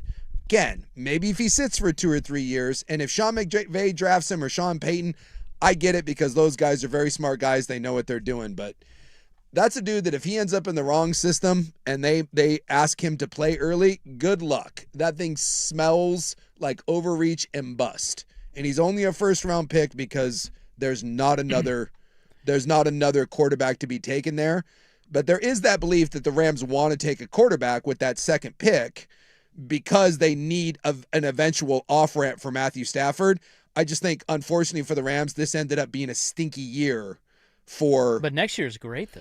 Well, that's what they said about this year, and it turned out to be stinky. So Well, it seems great. it seems great. You know what you're saying. Ty Simpson. He is a 5-star douche magoo. That's what you're saying. 5-star douche magoo. I wonder, like, if you're the Rams, why not take a flyer on, like, Nussmeier, who was hurt all last year, who came into the year with those sort of expectations? If you're going to sit a kid for a couple years and develop him, I'd rather spend that 29 pick on a guy that can help me right away and then maybe take my flyer in the second or third round to see if you can grab one of those guys that fell a little bit. I'm just not the Ty Simpson one just doesn't make any sense to me. You want Nussmeier's overview? Yeah, what's Nussmeier again? Undersized pocket passer with legitimate arm talent that has not been able to make up for some flaws in his game. He is inconsistent diagnosing coverages and working through progressions, which limits his ability to counter what defenses show him. He plays with a gunslinger's mindset and doesn't consistently prioritize ball security. He has a compact release and can spin impressive throws from off-platform angles when needed. He will make a throw that makes you believe in one series, but he often follows that up with a turnover that reignites the doubt. He has adequate mobility in the pocket and limits his sack count. Teams will need to balance Nussmeier's mistakes and durability concerns against his potential to improve on his LSU output. Yeah, and he was hurt. He said that he had like a core injury that he had to play through, and he was never the same. Oh, and someone does correctly point out, they're right. The Rams traded that second first-round pick for McDuffie. Yeah, that's right. Yeah, so it's the Chiefs. Chiefs have 2 1s. Yeah, the Chiefs have 2 1s. So they not the get Rams. number 9 and number 29. Yeah. And they will not be drafting a quarterback. Right. No. Wow. So maybe they will not. So maybe the Rams. Why not? Maybe the Rams do Holmes' career ender. take a flyer down the road on a Nussmeier that will be there, or a Drew Aller, if you will. I wouldn't. But Well, I saw something. Somebody was, you got to take all these draft predictions with a grain of salt. People just throwing stuff against the wall. But somebody was saying that Ty Simpson, a team could trade up into the top 10 to get Ty Simpson. They like him so much from the combine. again, good luck with that. Not saying like I'll have him call you. I certainly have been wrong a million times about quarterbacks, but there is nothing about Ty. If Ty Simpson turns out to be a star, he will buck 20 years of NFL trends. And someone please explain to me why Ty Simpson is going to be the guy that bucks the inexperience trend. At least with Dante Moore, like if he was going to do that, you can see it. There's a lot of physical traits, so you can like and be like, okay, I can see that. Ty Simpson just is kind of a middle of the road guy. I All right. just don't get it. We have a miracle on I-5. That's next on In the News, but first, Stephen with SportsCenter. Now, from the George McCoy and Warren Allen Sports Desk, a Sports Center update on the Fan Sports Network, 105.1 FM and 1080 AM. First on the Fan, Buffalo Bills. They have added a weapon for Josh Allen. They are acquiring Bears wide receiver DJ Moore in a trade in exchange for a second and a fifth-round pick in 2026. Moore will turn 29 in May. He had 50 catches for the Bears last season. Former Packers president Bob Harlan, he passed away today at the age of 89. Harlan is the only person in NFL history to hire two general managers that have won Super Bowls with entirely different rosters. Big loss for Packer Nation there. Seahawks, they are trying to bring back their Super Bowl squad. They have reached an agreement with inside linebacker Drake Thomas on a 2-year, $8 million deal. 26-year-old recorded 96 tackles last year for the Super Bowl champions. Boston Celtics forward Jason Tatum, he's expected to make his season debut tomorrow against the Mavericks. His return will come less than 10 months after tearing his right Achilles tendon in the playoffs. Celtics are second in the Eastern Conference and now adding Jason Tatum. Washington Wizards forward Anthony Davis, who has been out with a ligament damage in his left hand, will be reevaluated again in 2 weeks. He still has not suited up for the Wizards. Blazers beat the Memphis Grizzlies last night. Drew Holiday, 35 points, 11 assists. But Denny Advia, he was listed as questionable for that game. He is now listed as doubtful for tomorrow night game against Houston, going from questionable to doubtful. If he misses one more game, Advia will not be eligible for postseason awards. An outfielder, Andrew McCutchen, he is signing a minor league deal with the Texas Rangers. For more sports scores and stories in 30 minutes, I'm Stephen Vaughn from the George McCoy at Warren Allen Sports Desk. Hurt, missing work. Insurance companies acting like jerks. Don't call your mom. Call George McCoy at warrenallen.com.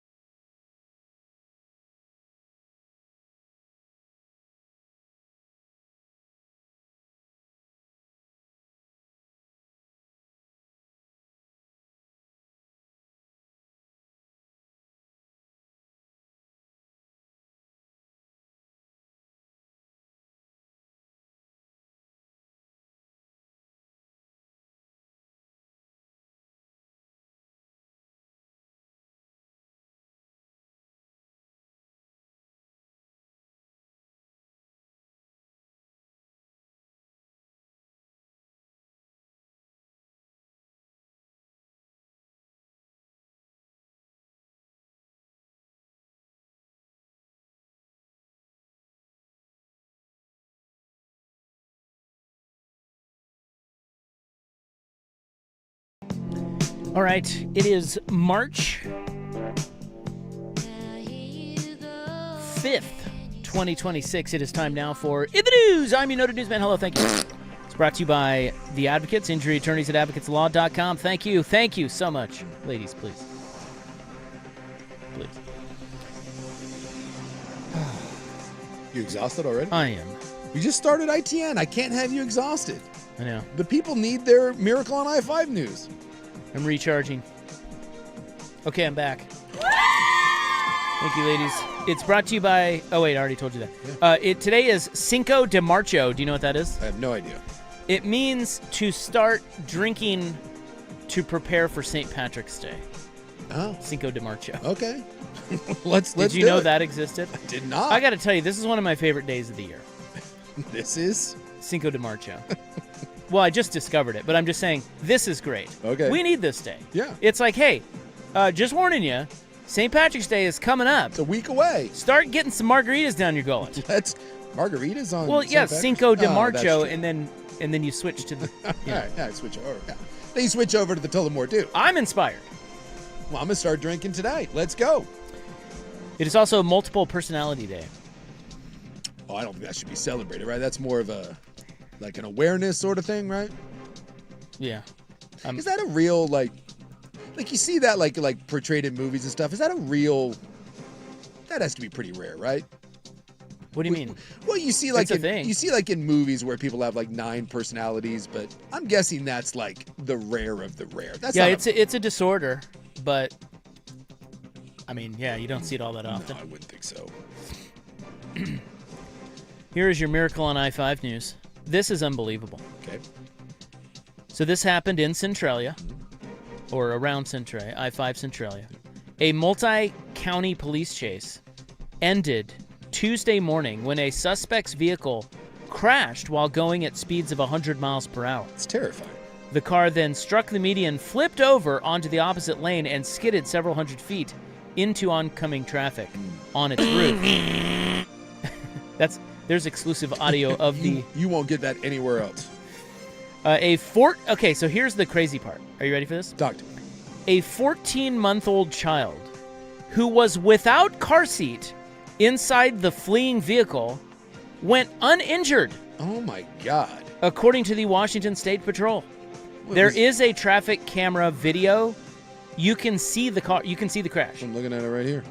There was a 14-month-old in that car, not in a car seat, and did not get hurt. How is that even possible? I have no clue. Yeah, my man is skidding on his roof for a while. And luckily, the oncoming cars are able to avoid him. The driver was 20 years old. He was injured in the crash. He, of course, under investigation for criminal charges. I would think so. Was it his kid? They don't know. There's a 19-year-old woman that was in the car. She was injured. She had to go to the hospital. And then there was a passenger, another guy who was 20, who was uninjured. None of them were wearing seatbelts. So I'm assuming one of them was just holding the kid like on their lap. That's possible. That's possible. But still, how do 4 people not wearing seatbelts and a 14-month-old No idea. all survive a 100-mile-per-hour Flipped. rollover car crash? Well, and I'm looking at this, and they're the luckiest human beings on earth. Exactly. Because normally when you wreck at 100 and you flip, like that car flipped once onto its onto the roof and then just skidded. Most of the time that you roll a car at 100 like that, you're doing cartwheels and they're coming out of the car. Like they are beyond. If you're not strapped in. No.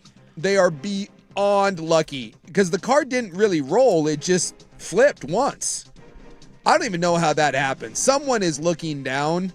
Tom Cruise is looking down on them because they're the luckiest people on the planet. Perhaps a nice endorsement for the 2014 Nissan Altima? Yeah.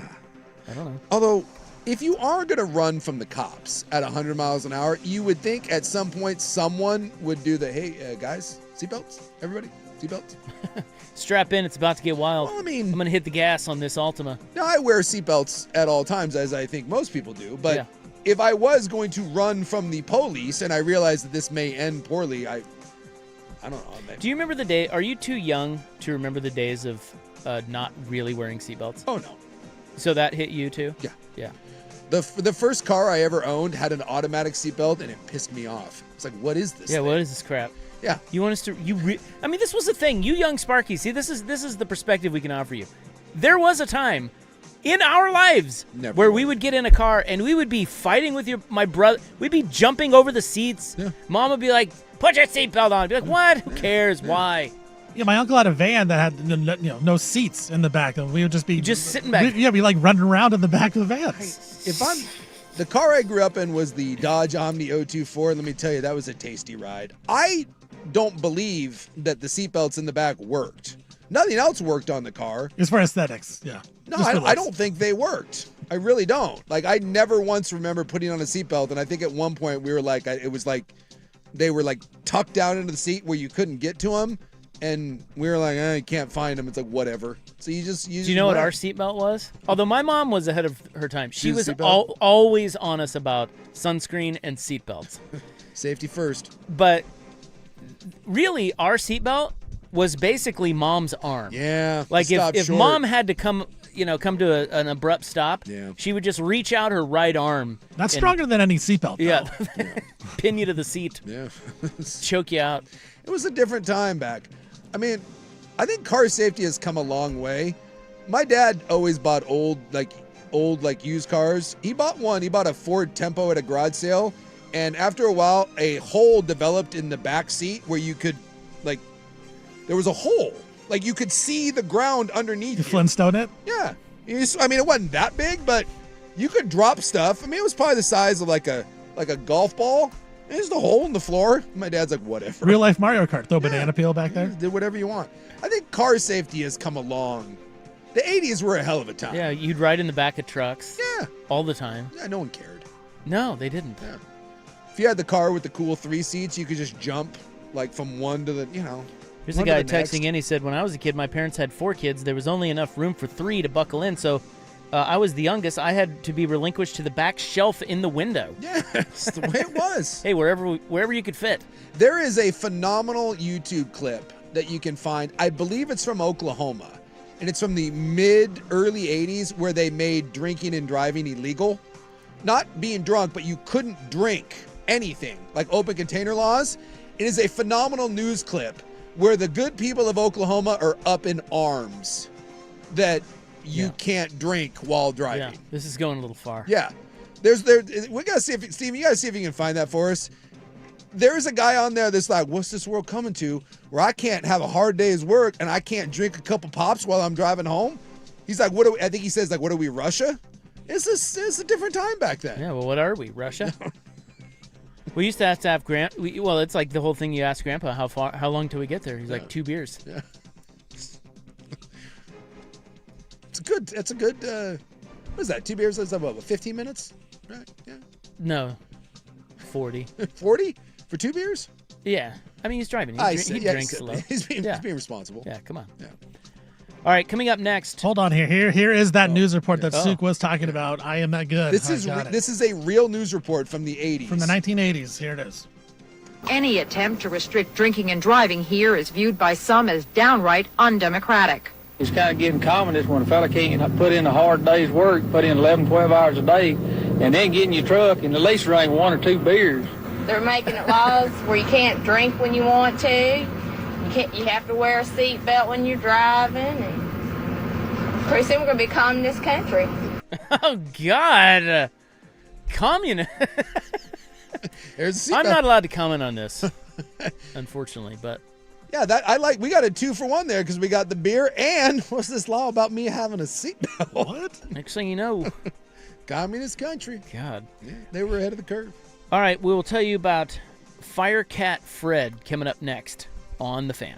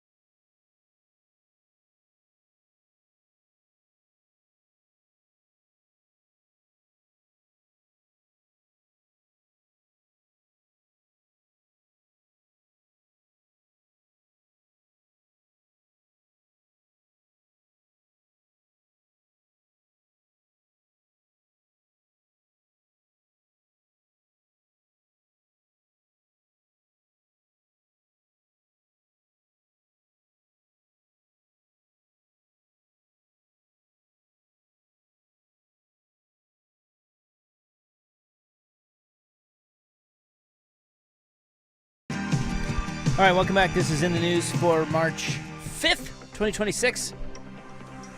I want to tell you about Firecat Fred. Don Van Wormer's cat. I thought firehouses had dogs. You got cats now? Oh, no, this is Don Van Wormer's house. Oh. It's not a firehouse. Oh, okay. I said Firecat. Firecat. Fred. I thought when I heard Firecat, I thought maybe like a fire station. Yeah, like a Dalmatian. Yeah, something like that. You don't see a lot of Dalmatians these days, do you? I think they have a reputation of being terrible, like pets. So Don Van Wormer, early one Friday morning, he was not woken up by the sound of the home's fire alarm or the smell of smoke. No. You'd think that would do it. Don was tired from a night shift in Portland, and he had to drive back to his house, which is in Tillamook, way out there. So he slept right through all the warnings, except Firecat Fred, who stepped in and woke him up. How about so you slept through a fire alarm? Yeah. A smoke alarm. But Yeah. the cat woke you up? Yeah. Yeah, he says, I don't think I would have gotten up if it weren't for Fred howling in my ear. Fred howls, apparently. How does it? He was like, we've got to get the hell out of here, dude. That's what Van Wormer said. Now the question becomes: did Fred really did the cat really give an F about the guy, or was the cat just being like, "Look, I got to get out of here"? Well, listen. How much experience do you have with cats? Yeah, I don't think the cat cared about him. Well, no, they don't. The thing about cats, and as you know, I've told you, the old man left 2 cats behind when he passed. Yes. So we are still caring for those cats. Still there. We have 2 cats. Yeah. I'm excited that you're Firecat Fred now. And I will tell you that the second, and I mean the second you start to like them, they will do something to remind you that they don't give 2 S's about you. And you're exactly right about Fred. He doesn't care about Van Wormer. He's like, dude, if you're going to sleep through the alarm, at least open the door so I can get out of here. If there had been a way for the cat to escape, that he would have left that man to die. Of course. 100%. So, Tillamook fire officials said that Van Wormer's cat saved him from a devastating house fire. It started around 6 a.m. Dozens of firefighters responded. The blaze was very large. You can see the pictures of it. And they were unable to salvage any of his house. It is a total loss. Now, though, Fred is missing. What? This only proves my theory even more that Fred didn't give 2 S's about the old man. He said, you know what? I can't even rely on you anymore to not burn down the house. I'm out of here. Or follow me on this. What if Fred the cat set the house on fire? Arson? Well, how about this? Fred's not happy with the treatment he's gotten. The old man won't let Fred outside. Fred needs to be able to escape. He's tried a couple times. Solution? Light the house on fire. Have we investigated the cat? Tell you what, that's diabolical. Now Well, they can't find him. Well, Can't find him. Seems a little convenient that the cat escaped and now the cat's gone. So Van Wormer owns a cannabis store. He says he's probably lost millions of dollars because of this. But he did say that the cat was with him as he was fleeing the home. Yeah. But he fell and hit his head, and when he came to, Fred was gone. So Fred left him behind. Boy, there's a lot to this story. Yeah, there really is. First off, I'm looking at the dude here. Interesting looking fella. Did you see Fred? Yeah, I see Fred. Yeah, he's a black cat. He's a black cat. Must know. Probably of the devil. My man here, the old man, he's got long, stringy white hair. He owns a weed store.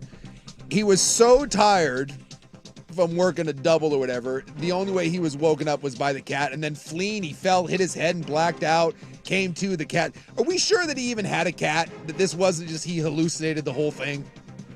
Yeah, I'm looking at Van Wormer was in the news just a couple of years ago because his weed shop kept getting broken into. And yeah, I just... like a lot of bad stuff's going on. I wonder if there's more to this story than meets the eye. Like what? What do you think happened? I don't know. It just seems a bit odd. Nothing could wake me up, including the fire alarm, but the cat. Now we can't find the cat. Is there... I'm with you. I think we got to take a strong look at the cat. Yeah, we don't know how the fire even started. No. He's probably... Well, I won't say that. I don't know what's going on in Van Wormer's life, but it seems to be upended. There's a lot happening. A lot going on with that guy. Lot going on. And he's missing his cat. Yeah. So I feel So are fine. we on the lookout for Fred the cat? Listen, I'm not going to lie. If those cats go missing... Okay, so here, can I give you a real quick... This was my wife and I talking about the cats. Yeah. Okay, so the old man passes, and she wants to get rid of the cats. I certainly want to get rid of the cats, but we can't do it. So it's like, okay, let's honor the old man and let's keep the cats. So we kept the stupid cats. But they were really lonely because they're down in our ADU, so it's separate from the house. So we don't, like, they were just hanging out in there. Live on their own. Yeah, and so we were like, well, why don't we just let them outside? See what happens. And that was my thing. I'm I like, like the listen, idea. if the cats go out and they explore and they get eaten by coyotes or die in a fiery crash, or they live a great life, or you don't know. exactly, Freedom. they're doing what cats want to do. They're doing what cats like. That is that not a better life, even if it ends poorly? I like what you're doing. Is that not a better life than sitting in an ADU? I'm on board with you. And she was like, well, I think that's okay. And so we let them out. But the damn cats keep coming back. Yes. Yeah. And I just keep hoping, like, because I don't want to see it. What? Well, what? Like I said, it's a better life. We've given them a good life. You want them to die. Oh, no. Oh, no. I mean, if they did, my God. they died doing what they love. Why don't Like, you people I root love, for I them really to love. live But great if I don't lives love and you, keep coming no back, but love for then me. living great lives? You don't wish death upon them. I don't wish death upon You do. No, I don't. If they came back, though, or didn't come back, I mean, it's like, wow, what a great life, you know? I hope they scurried off to You just don't have a new home. You I just don't don't have the guts to say it that you want those cats to get eaten. No, I don't want that. I'm fine if they keep coming back, but if they don't, I'm fine with that too. And said, if you're not careful, those cats are going to start a lot of fires in your neighborhood. What if they team up with Fred the cat here, burn down their ADU? I hope those cats aren't listening right now. Yeah, and as someone They don't listen. Someone is. There's a lot of people here that are in agreement with me here. Something tells me that my man there wasn't passed out from just a long day of. He had a tough night.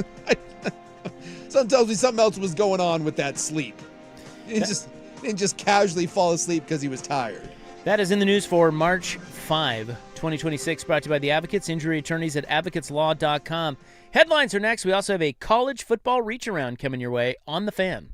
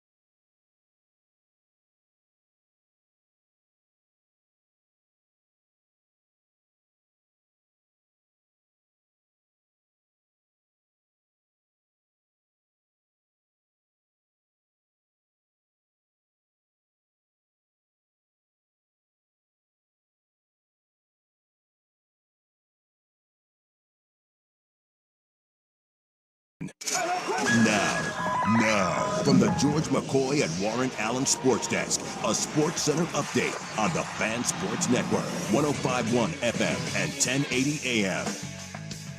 This update brought to you by Laurelhurst Market Steakhouse and Butcher Shop, a great spot for any occasion. Don't forget, you save 10% on your Butcher Shop order when you dine in. Menus and more at laurelhurstmarket.com. First on the Fan.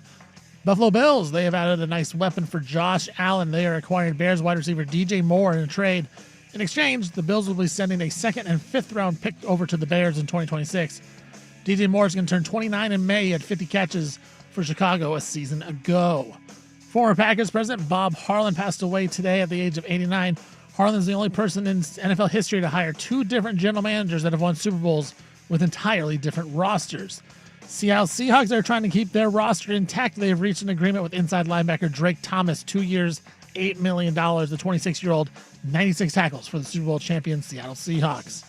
Boston Celtics, they're second in the Eastern Conference, but they may get a little booster heading into the playoffs. Therefore, Jason Tatum expected to make his season debut on Friday against Dallas. His return will come less than 10 months after tearing his right Achilles tendon in the playoffs a season ago. Washington Wizards forward Anthony Davis, who has been ruled out with ligament damage in his left hand, will be reevaluated again in 2 weeks. He has not played for the Wizards yet after being traded to them. Drew Holiday scored 35 points, 11 assists. Blazers beat the Grizzlies last night. But Denny Advia, he was listed as questionable going into yesterday's game. He is now listed as doubtful heading into tomorrow's game in Houston. If Advia misses one more game, he will not be eligible for postseason awards or All-NBA teams. For more sports scores and stories in 30 minutes, I'm Stephen Vaughn from the George McCoy Warren Allen Sports Desk. Hurt and missing work. Insurance companies acting like jerks. Don't call your mom. Call George McCoy at WarrenAllen.com. Your home for the Oregon.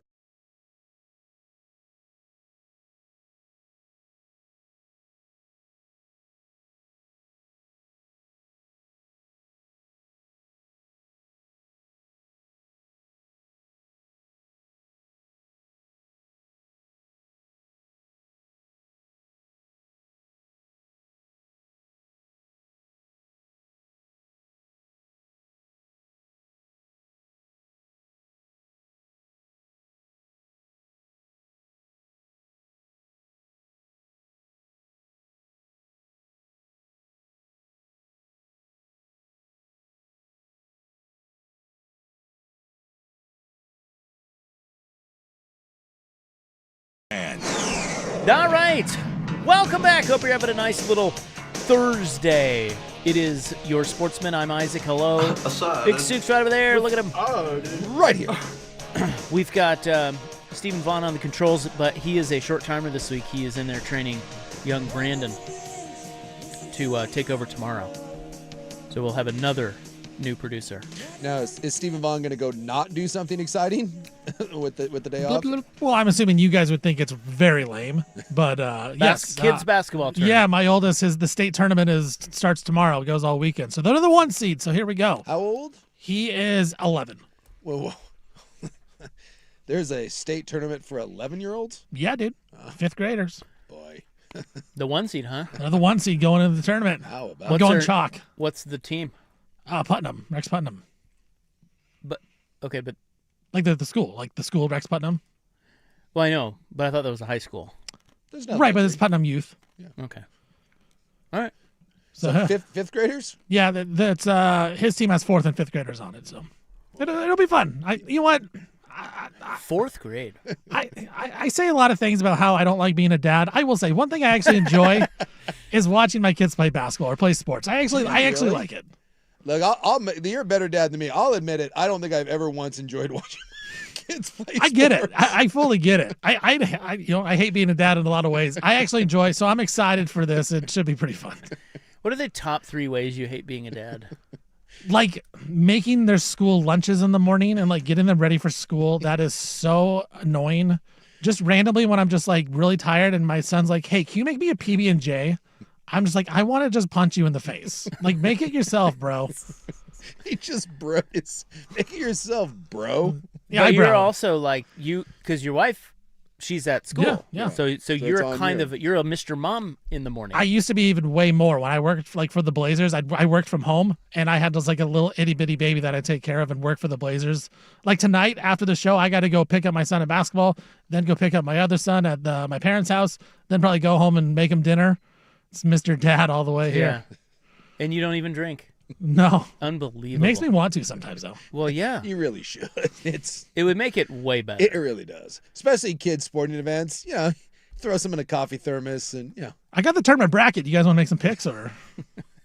I got. What? I'm gonna have a tournament challenge going. Yeah, I'll do make it, some picks. Like down in Florida, like down in the South. Yeah, it's a whole thing. You see it all the time. Like they gamble on little kid sports. In fact, I saw a story the other day.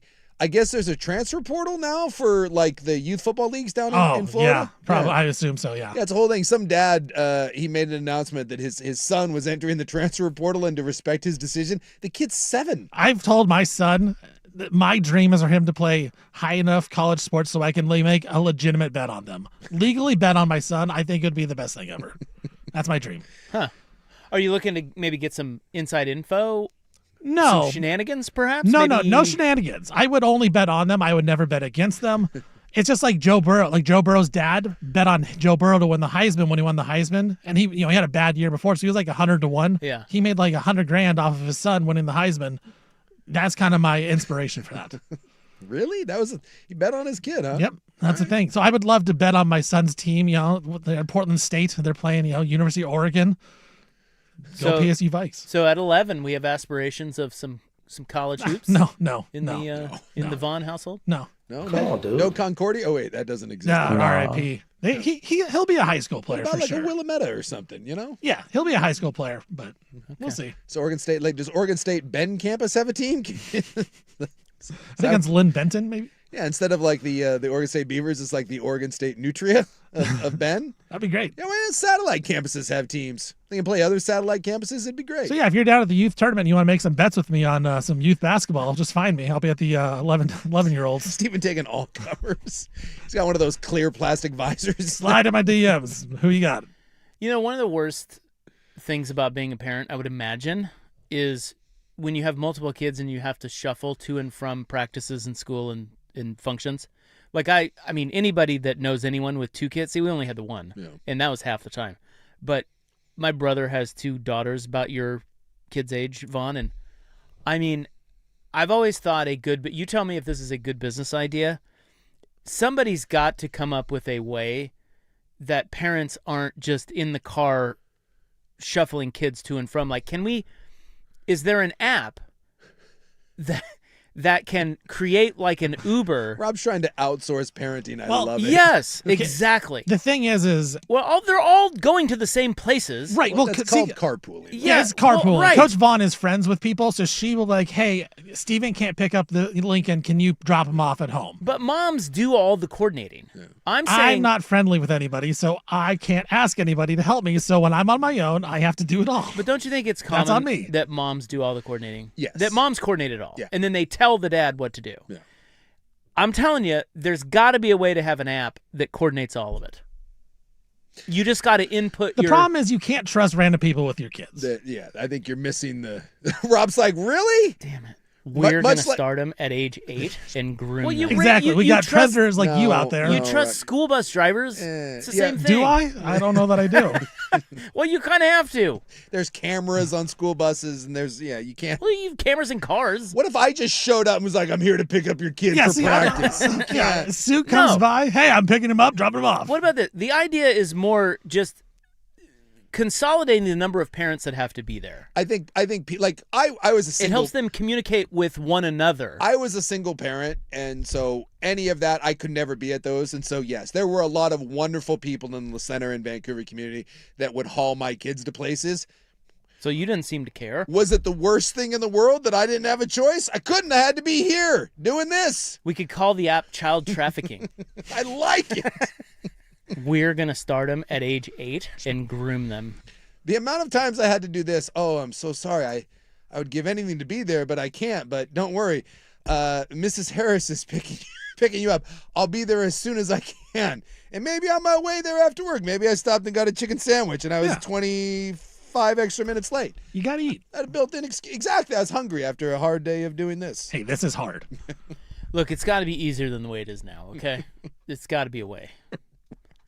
These guys, these people are miserable. Look at the poor guy over there. Come on, chat. Let's figure it out. I will say that now when I walk the dog on the weekends and they have tournaments at the high school where I walk him a lot. It's a whole thing now where they have like food carts and like, yeah, there's the people like parents tailgate. They're drinking in the parking lot, waiting to go in. It's a whole thing. It's no longer just taking your kid and dropping them off. It's an all day thing. There's like a taco truck, and then people are like drinking wine in the morning. I'm like, oh my God, these parents are wild. Yeah. Boss Man Dusty said you're onto something, Rob. You just can't call it child trafficking. Yeah. What about kid trafficking? You got it. Youth trafficking. I mean, it's a play on words. How about youth traffic? All right. We've got headlines next and a college football reach around coming up on the Fan.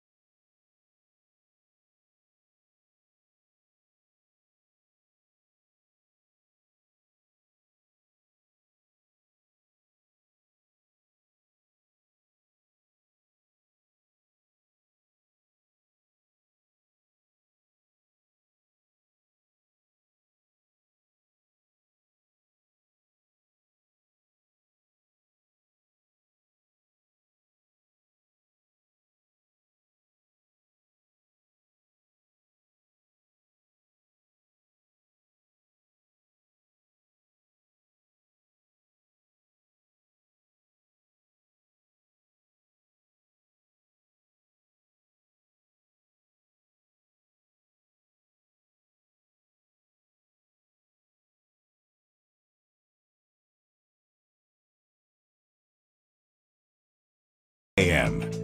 So the two big stories today in sports. One, the Bills traded for Bears wide receiver DJ Moore. And both of us are like, oh, that's cool, but I don't know. It's fine. Whatever. Yeah, the cost wasn't too bad, and he had become an afterthought in the Bears offense. And I just appreciate that at least the Bills are trying, unlike last season where it's about time. You feel like they're one or two pieces away, and they never really make an attempt to fill those gaps, unlike the Rams and the Eagles. And they certainly can't draft one, so this is better than nothing. And then Jason Tatum of your Boston Celtics. Yeah. They're saying he could be back as early as Friday. Dude, that's kind of crazy. Coming off, that's less than a year off a torn ACL or a torn Achilles. Right? Now, was it one of those where it wasn't at the ankle? Supposedly, I think if you tear it up higher, it's not as complex a comeback. Aaron Rodgers, remember, he was talking about that he was undergoing through some, look, you're probably going overseas, you're getting some peptides, maybe some HGH, whatever. Like, there's more advancements in this, but this would be, as far as I know, this would be the soonest anyone's ever come back from an Achilles. I mean, Dame's taking his time. Right. Dame said, I'm not coming back. Well, it's, and one, not all Achilles tears are the same, depending on where it tore.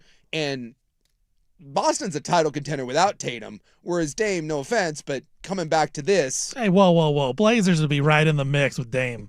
3-point contest winner. Yeah, you don't think he wants to be in the play-in tournament?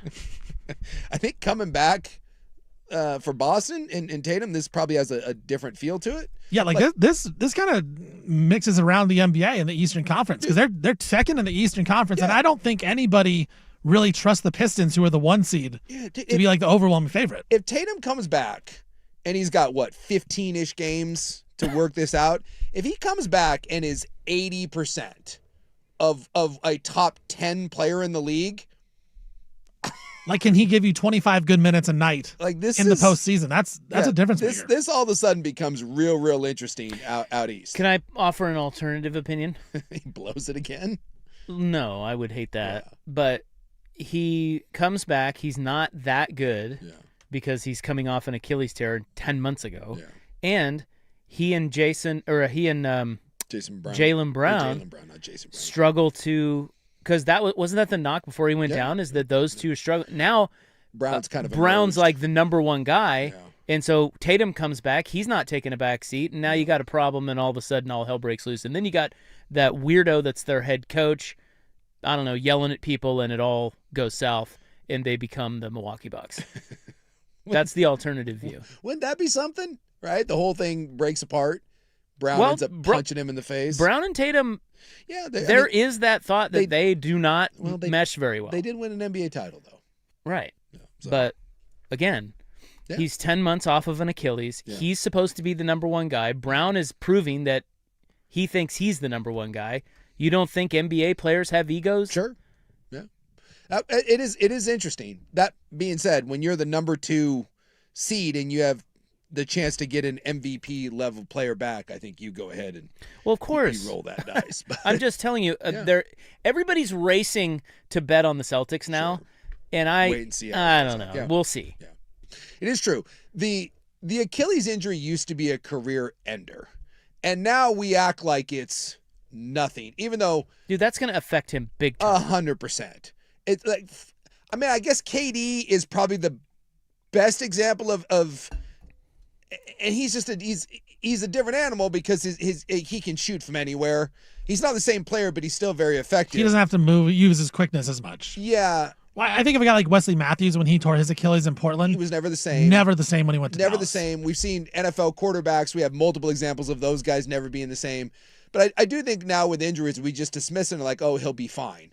Oh, no big deal. It'll be back. And this will be interesting because Tatum's game, unlike Durant's, is not just you're not just a spot up shooter. Exactly. You are going to be he's more of a slasher scorer than he is shooter, and he's a great defender. And how much of that will be affected by I think Suk, you made a good point, is that they're going to have 15-ish games to figure it out, and if it's not looking right, maybe to Isaac's point, maybe they say, hey, let's shut you down and get you full full 100%, make sure we're good for next season. Or is he willing to be Right. Is he willing to work himself in? Is he willing to be a sixth man? But they got a for little the time to figure this thing out. Yeah. Not a lot though. Not a lot. You know. I'm looking forward to the first time he goes 3 for 16. Show me the look on Jaylen Brown's face. That's what I want to see. He goes iso ball the last possession against Detroit.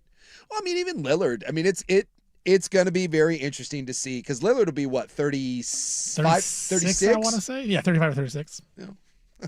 And that'll be he'll have a full season off and his game was predicated on explosiveness. Yes, you would think that he could be a guy that could be a Durant guy that could be a spot up shooter, but he ain't shooting over everybody at 7 foot, and the defensive stuff, we'll see. We'll see. From bad to terrible. Yeah, totally. Well, Tatum is younger, but his game is very much an athletic. How old it's an is athletic Tatum? slash. He's probably what 28. I think he's 29, 28 or 29. I might be way off. That probably is. I'm guessing that's about right. The other thing is Denny Yeah, Avdia. he's 28. He just turned 28 like 2 days ago. All right. That gives him a chance. Yeah. He's young. Denny Avdia, doubtful for tomorrow. Could miss his 6th straight game. Well, I think if he misses one more, I think he's ineligible for any postseason award, all NBA, all that. And again, you only beat Memphis because Memphis is trying to lose harder than you are. At some point, if you're not eligible to be an all NBA guy, when's enough's enough? And you say, hey, Denny, go rest the back. Right, because for the longest time, he was the favorite to be the most improved player. Yes. And now he's been hurt, and now he's not. Favorite to be most improved, would have been an all-NBA. You can't convince me that if he hadn't had the year he was having, or if he continued the year he was having, third-team All-NBA he would have been a third-team All-NBA guy. That's not happening. Not being most improved. What are you still doing at this point? Shut it down. And he's been downgraded. He was questionable last night. He's now doubtful for tomorrow. So it's getting worse. Shut it down and see what you have, and let Scoot go through whatever struggles he's having. God, it looked good for about 4 games. You're like, this looks pretty good, and now it's like, yeah, my God. Yeah, it says he's off the board on most improved odds. Yeah, because I think this is. Yeah, he's just not going to be qualified. He's not going to qualify for it. It's going to be Jalen Johnson, maybe. Yeah, and Denny would have won. Jalen Johnson. Denny would have won it. Oh no, Jalen Duran, the Pistons guy. Yeah, the Memphis kid. He's the favorite. He's minus 180. So stinks. You stink. Do we even know how that got hurt in the first place? I'm trying to think. How back what got hurt? Denny's back. Well, he got a car accident. I don't think that's where it got hurt, though. I think it aggravated it. There was like a weird play where he like jumped and landed weird, and you could tell it like clutched his back a little bit. But wasn't it the day after his car accident? They said. I don't know. It was either the day before or day after. I think it was the day after. It might have been, yeah. And he like jumped and landed weird on his feet and just like threw his back out. Lawsuit. Yeah, at the time it wasn't viewed as like a big thing, and no, now here we are. All right. Would you like a college football reach around? Please. That's the least you can do. We will do that next on The Fan. Here's Steven. Now, from the George McCoy and Warren Allen Sports Desk, a Sports Center update on the Fan Sports Network, 105.1 FM and 1080 AM. This update brought to you by Mountaintop Metal Roofing. No maintenance, energy efficient, fire resistant, and a lifetime warranty. Do it once, do it right. Visit mountaintopmetalroofing.com. First on The Fan, as the guys were just talking about, Boston Celtics forward Jason Tatum. He is expected to make his season debut on Friday against the Dallas Mavericks. If he does come back, his return comes less than 10 months after tearing his right Achilles tendon. But the Celtics have been great without Tatum. They're second in the Eastern Conference, but we'll see what happens if he comes back, if it ruins the chemistry. Wizards forward Anthony Davis, he has been out with ligament damage in his left hand. He will be reevaluated again in 2 weeks. He still has yet to make his debut for the Washington Wizards. Drew Holiday scored 35 points, had 11 assists on the Blazers' win over the Grizzlies last night. But Denny Avdia, who missed the game, he was listed as questionable going into it. He is now listed as doubtful for tomorrow's game. He has been downgraded. If Avdia is to miss one more game, he will not be eligible for postseason awards or All-NBA. Buffalo Bills, they've added a weapon for Josh Allen. They are acquiring Bears wide receiver DJ Moore in a trade for a second and a fifth-round pick in 2026. Moore will turn 29 in May. Former Packers president Bob Harlan passed away today at the age of 89. Harlan's the only person in NFL history that hired two different general managers that won Super Bowls with entirely different rosters. And the Seahawks trying to run the band back. They've reached an agreement with inside linebacker Drake Thomas on a 2-year, $8 million deal. The 26-year-old had 96 tackles last year for the Super Bowl champs. For more sports scores and stories in 30 minutes, I'm Stephen Vaughn from the George McCoy at Warren Allen Sports Desk. Hurt and missing work. Insurance companies acting like jerks. Don't call your mom. Call George McCoy at warrenallen.com.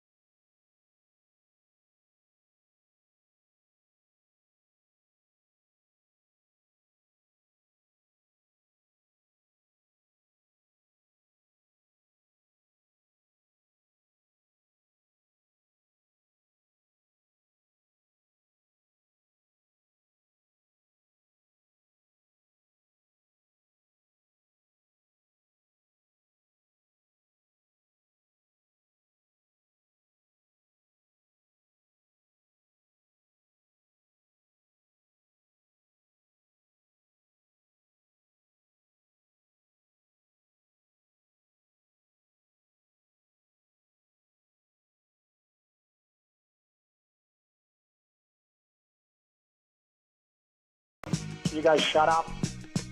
Hey, shut up. We know you love college football, so we're going to give you a little college football reach around here. Why not? Hey, will you shut up? You know what I mean? Why not? Yeah, Why not? let's do it. I love college football. I miss it. You don't have to wait that much longer. Yeah. Spring ball is right around the corner. I don't care about spring ball. Big spring game fan, are you? No. August.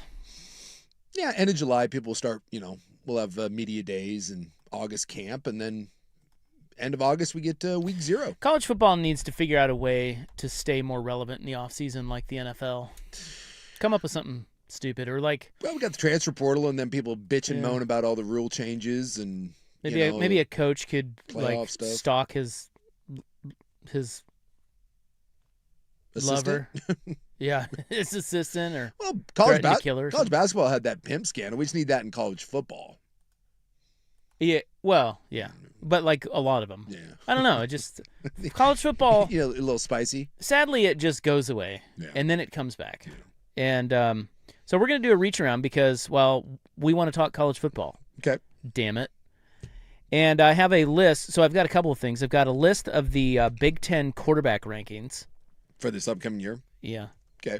And we all know who's number 1 on that. That would be Dante Moore. And, or you could have where Oregon ranks among the best newcomer classes. Oh, okay. Well, wait, I'm sure we can do them both. I also have the breakout stars of the upcoming college football season, and there is a one duck on the list. I just hit me with it. Okay. So do you know who holds the Big Ten career passing yards lead? It'll be someone that's not that great because they stuck around for all those years. Yeah. So it won't be someone that's it won't be Drew Brees at Purdue or anything. Over 11,000 yards. 11,000 yards. But it's got to be someone that played in give me a time frame at least. I don't really know. I think he was pretty recent. He was a couple years ago, I think. What? Yeah. He's got a famous last name. He's got a famous last name? I mean, sort of, yeah. His brother was really good. Well, I mean, sort of. Brother was really good. I don't know. I got nothing. Tua Tua's brother at Maryland? There you go. He's the all-time leading at Maryland? Can you believe that? Well, this is why I said he stuck around. I'll bet you if you went to the top of the list, it's going to be, it'll be people like that. That you were like, "Oh, that guy was good, but he wasn't that great." Can you guess the all-time Big Ten career passing tutties leader? Mariotto. I'll go with Drew Brees on that. It's JT Barrett. Oh, okay. Yeah. That makes sense. 104 passing tutties. Yeah, I was going to say, I'll bet you there's some Ohio State quarterbacks that weren't great pro prospects that stuck around for a while. Barrett would be one of those guys. So we have to remind ourselves who is playing quarterback every year. The college football is getting weird like this. Like you don't know who's playing quarterback where. Yeah. So we have to remind ourselves. So they have Dante Moore number 1. Okay. I'm guessing Maeva at USC would probably be No, Sayin. And then we're going USC? But I will offer you this. If Maeva played at Ohio State and Sayin played at USC. Probably. Maeva would be number 2. Sure. So there's 1, 2, 3. That's pretty easy. Then you have Josh Hoover. Oh, he's the new kid at Iowa. He's from TCU. No, he's Indiana. I know, but he transferred from TCU. Yeah, you said Iowa. Oh, I'm sorry. Well, it's okay. My bad. Indiana's new quarterback. Believe me, the Iowa quarterback is last on this list. I don't even know who the Iowa quarterback is. You want me to scroll down? I'm trying. Was he there last year? There he is. Jeremy Hecklinski. I do not believe that was the quarterback. And he is ranked 18 out of 18 Big Ten quarterbacks. He was not the quarterback last year. That was Gronowski. No. Yeah, that was Gronowski. And remember when they were trying to tell us Gronowski was so good?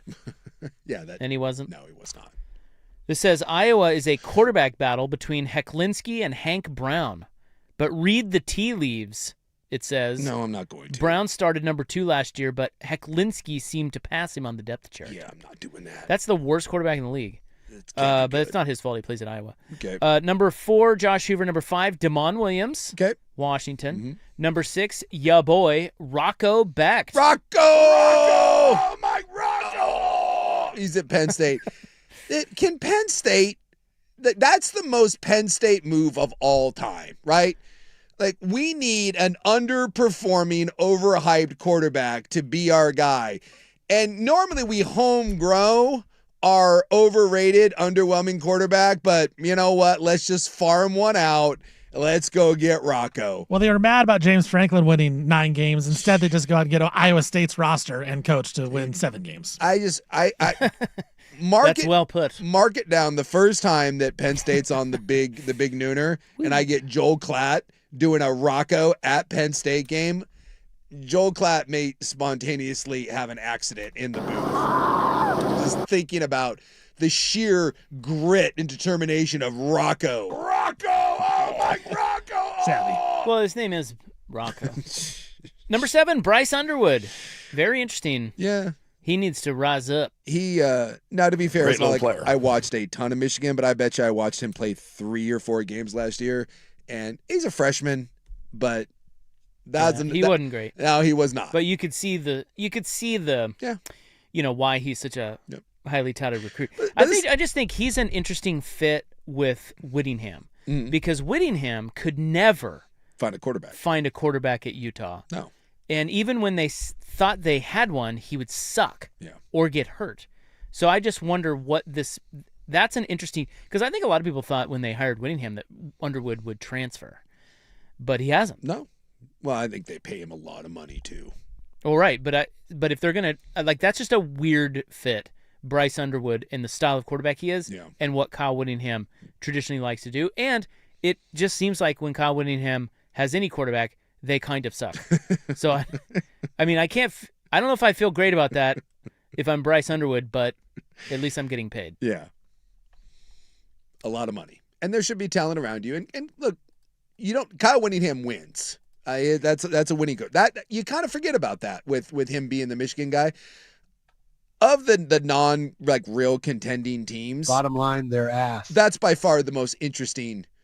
That's the most interesting newcomer coach in the country. Because you could look at it the other way and say, "Oh my God, a stabilizing force like Kyle Whittingham with Bryce Underwood is going to be a match made in heaven." Yeah, they have a white running back, for goodness sakes. So, all right, he's number 7. Caton Hauser, Illinois, number 8. Never heard of him? I don't know anything about him. Former Michigan State quarterback. Yeah, and that's the thing is, like, a lot of these guys are going to come from other places. So it's like, He was playing for East Carolina the last 2 seasons. They had a decent year last year. Didn't watch a lot of East Carolina football. Malik Washington, Maryland, number 9. Yeah, he played last year for He was Maryland. a true freshman last year. And I'll tell you what, I watched when they played UW. I saw Maryland, play once or twice. And Maryland had some guys last year, and they were all freshmen. I don't know how many of those guys left in the portal, but I remember watching Maryland and actually being kind of impressed with some of the young cats, if they could keep that together. Now we get into the goobers. Number 10, Colton Joseph, Wisconsin. I think he came from I saw that he came from Old Dominion. Old Dominion. He put up monster numbers there. Yeah. So that means he will be terrible. Yeah, I follow some Wisconsin people. Wisconsin season. I try to follow some of the Big Ten people on Twitter, so you kind of get that, and that's can he break again? Much like the crappy Iowa curse, can he break the Wisconsin curse? The last time they had a good quarterback was Russell Wilson. Iowa and Wisconsin are incapable of finding a quarterback. They have everything else, but they can't find a quarterback. And Kyle Whittingham. That's true. Number 11, Anthony Colandrea, Nebraska. Don't know anything about him. Well, he came from UNLV. He was at Virginia and then was at UNLV last year and won a bunch of games. He's in Nebraska. It's a hell of a time. Ooh, Nico, number 12. That's the UCLA. I forgot about him. Yeah. Number 13 is Drake Lindsay. Oh, my God, he's back? He's back. He's been there 800 years. Yeah. He was a freshman last year. Yep, exactly. Minnesota. Number 14, Aiden Childs, Northwestern. Getting a new start. He was obviously the Oregon State to Michigan State. Aiden Childs and Chip Kelly. Look, maybe Aiden Childs is eventually going to get it together, but I know Oregon State fans were lamenting because that guy was your future. If he was your future, it wasn't very bright. Then you have Ryan Brown, Purdue. Dylan Lonergan, Rutgers. No idea. Oh, God. Michigan State's quarterback will be Alessio Milovovic. You made that up. I did not. I thought he competed in the Winter Olympics in some sort of luge Wasn't he on the hockey team? dual skeleton sort of thing. Yeah, so remember, Pat Fitzgerald is at Michigan State now. Mm-hmm. And this guy, I guess, did play in 9 games last year, and he wasn't too bad, it says. He had a couple backdoor covers at the end of games for Michigan State. Hey, that's all that matters. Couple backdoor covers. I love that Steven equates quarterbacks to backdoor covers. Winner. He's a winner. He's won you money. Yeah. And then last is Jeremy Hecklinski from Iowa. And I'd say this about Underwood or any of the young guys that weren't very good but showed promise. Dude, their quarterback development in college football is so frustrating because you can see a guy as a freshman and you see like Raiola was this way. You see this all the time where you're like, well, just think what happens when he gets another year under his belt. And so we assume that the next step is going to come. We did this with Arch Manning. We did it with Nussmeier. We did it with Drew Aller. Damon Williams is the best example of this. Damon Williams was supposed to be a Heisman level guy. And Damon Williams, in any game that Washington needed him, was cheeks. He was god-awful. Nice. Thank Kids you. are going to love The that. kids are going to love it. Cheeks. So we go into this next year, and it's like, okay, now he's getting ready. This is the Drew Aller, right? Okay, he can't be this bad again. Can he? Like Bryce Underwood, well, he was this 5-star kid. He's got to be great. He was bad last year, legitimately bad. So he may be good, but this idea that because the kid was a high-ranking, high school player, we assume that there's going to be these monumental leaps, and they don't necessarily come. In fact, I think in college more often than not they don't happen. So it's just kind of be careful with guys that we assume because of raw potential and more because they have a star ranking on their name versus what they showed on the field. Well, think like Ty Thompson at Oregon. Yes. He was the highest ranked quarterback they've ever gotten. Yeah. Couldn't sniff the field. He was a tight end at Tulane. He ended his career. Yeah, I'm not trying to troll anyone, but Washington fan is putting a lot of stock in Damon Williams. And I watched every single game that Washington played, and I was a believer in Damon Williams, but every time they played a big game, I became a Damon Williams. And so now we're going to the next year, and why, outside of the idea that guys can get better, why do I believe that he is going to take this leap forward? I'm going to need to see it before I say the same thing about Nico at UCLA. He was not good as a freshman at Tennessee. He just wasn't. Tennessee was good, but in any big game, he was bad. And we're like, well, he's got to be great because he won some games and he had a big name behind him and he wanted more money. And they were like, yeah, no. And he went to UCLA and he was bad. So we go into this year. Is he going to be good? Maybe. But we just got to stop believing that because a kid's got a name attached to him and Drew Aller's got a Dodge commercial. How'd that work? How'd that work out, Dodge? That big Drew Aller spot. Just be careful with college quarterbacks. Okay, well, I'll come back and we'll talk about this. I was just looking at the Heisman odds. Yeah. And I want to ask your opinion about a little bit of a long shot. Okay. That we just talked about. So, ladies and gentlemen, this is a college football reach around on the Fan.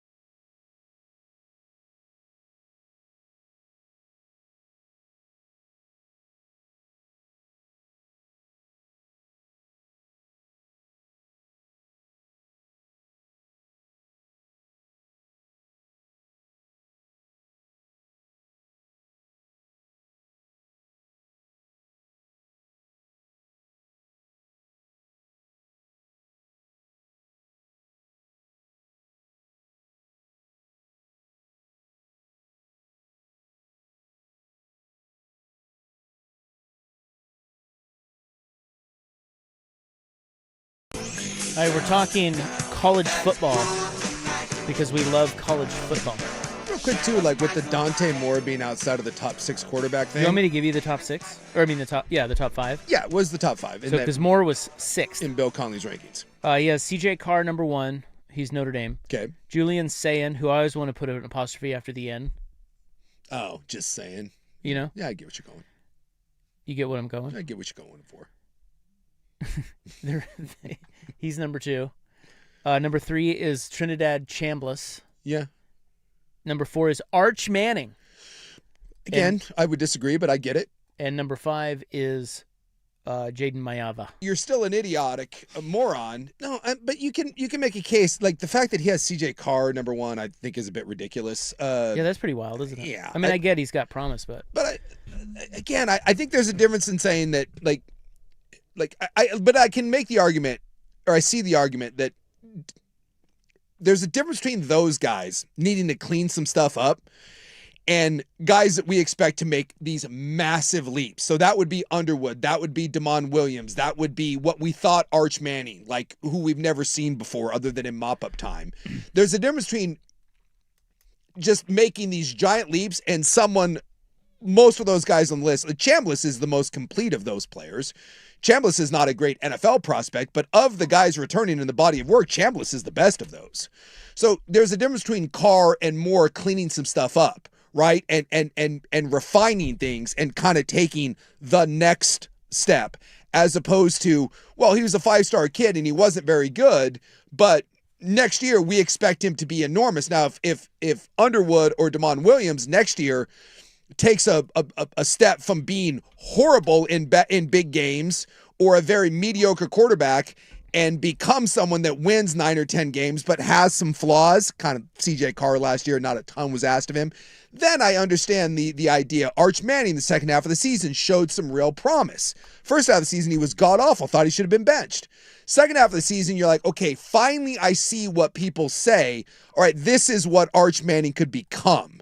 So there's two differences in the way you evaluate kind of quarterbacks getting better. Refined, and I don't really see it other than there's a lot of raw potential and we just assume he has to get better. And when we do that, that's where you end up with the Drew Allers and people like that, where you just look up one day and you're like, dude, it never came. And you can say the film never showed you that it was coming. That, you know who falls into that category, unfortunately? Raiola. Yes. He's the king of what you're saying. Yes. And maybe at Oregon he comes and he gets refined and he sits and he kind of learns and kind of gets that. But there's nothing when you watched him play at Nebraska that leads you to believe that there's this huge swell coming where he's going to blow you away. Other than he was a 5-star. He was a 5-star kid. And he thinks he's Patrick Mahomes. That's it. So I was looking at the Heisman odds, and because we were talking about the list of Big Ten quarterbacks. Dante Moore was number 1, Julian Sayin 2, and Jaden Mayava was 3. And I got to tell you, if you guys want a little Heisman value, because the Heisman is really wide open. Yeah. Okay, because the odds-on favorite is C.J. Carr, and he's plus 800. Yeah. Typically, there is a seasoned quarterback that is probably not minus money, but plus 200, plus 300. Okay, so it's wide open. Yeah. There's a lot of names on here, but Mayava, if you want a take a flyer, if you want some value, I don't even think he's a flyer. I think he's mispriced. Jaden Mayava, who is at USC, is, first of all, he's with a coach who knows a thing or two about churning out a Heisman. But he's also this is going to be his 4th year. He's going to be a senior. Yep. This is his 3rd year starting at USC. He was pretty damn good last year. Yeah. And he showed a lot of improvement. If he keeps on that same trajectory, do you know what his price is? Because Connolly just put him in the top 5 among college quarterbacks. Yeah. Like Carr, Sayin, Chambliss, and Arch, those guys' prices are way different than Mayava. And more, by the way. So 5 of the top 6 quarterbacks by Bill Connolly standards or metrics, whatever, those prices are way different than Mayava's. USC has to win, too.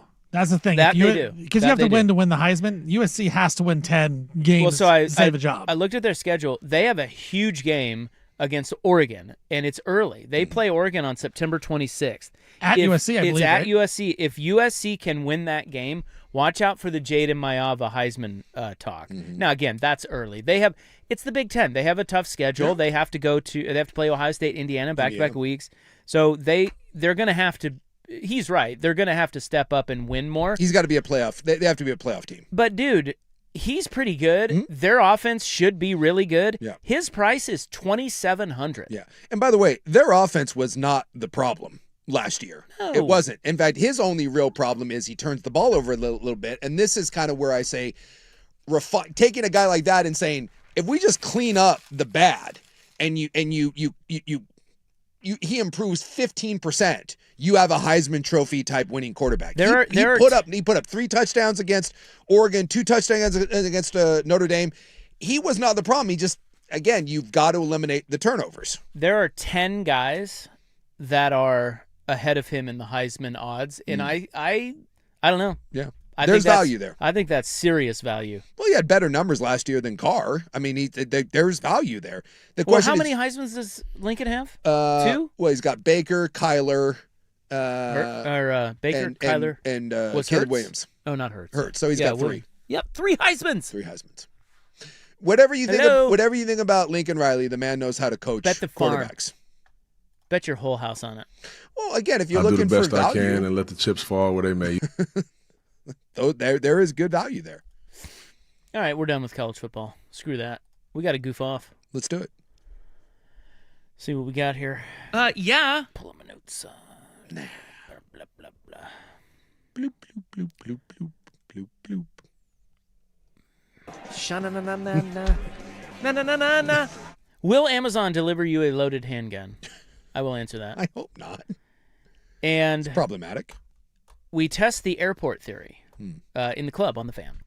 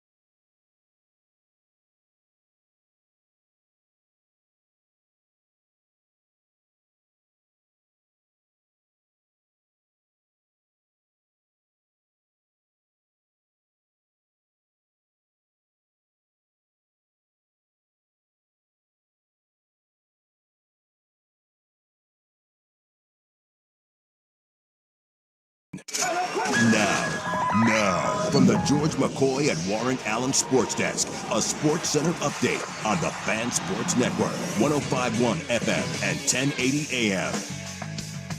This update brought to you by Mountaintop Metal Roofing. No maintenance, energy efficient, fire resistant, and a lifetime warranty. Do it once, do it right. Visit mountaintopmetalroofing.com. First on the Fan, the Buffalo Bills, they have added a wide receiver to help out Josh Allen. They are acquiring Bears wide receiver DJ Moore in a trade in exchange for a 2nd and 5th round pick in the upcoming NFL draft. Moore is going to turn 29 in May. He had 50 catches for the Bears a season ago. Seattle Seahawks, they have reached an agreement with inside linebacker Drake Thomas on a 2-year, $8 million deal. 26-year-old had 96 tackles last year for the Super Bowl champions as they try to keep their team as full as they can. Boston Celtics forward Jason Tatum is expected to make his season debut tomorrow against the Mavericks. His return comes less than 10 months after tearing his right Achilles tendon. The Celtics have been great without Tatum as they are second in the Eastern Conference. Wizard forward Anthony Davis, he has been out with ligament damage in his left hand. He'll be reevaluated again in 2 weeks. Davis has still not made his debut for the Wizards. Drew Holiday scored 35 points, had 11 assists, and the Blazers win over the Grizzlies last night. But Denny Advia, who did not play, he was listed as questionable going into the game. He has now been listed as doubtful for tomorrow's night game against Houston. He can miss one more game before not being eligible for postseason awards and all NBA teams. For more sports scores and stories in 30 minutes, I'm Stephen Vaughn from the George McCoy at Warren Allen Sports Desk. Hurt and missing work. Insurance companies acting like jerks. Don't call your mom. Call George McCoy at warrenallen.com. Your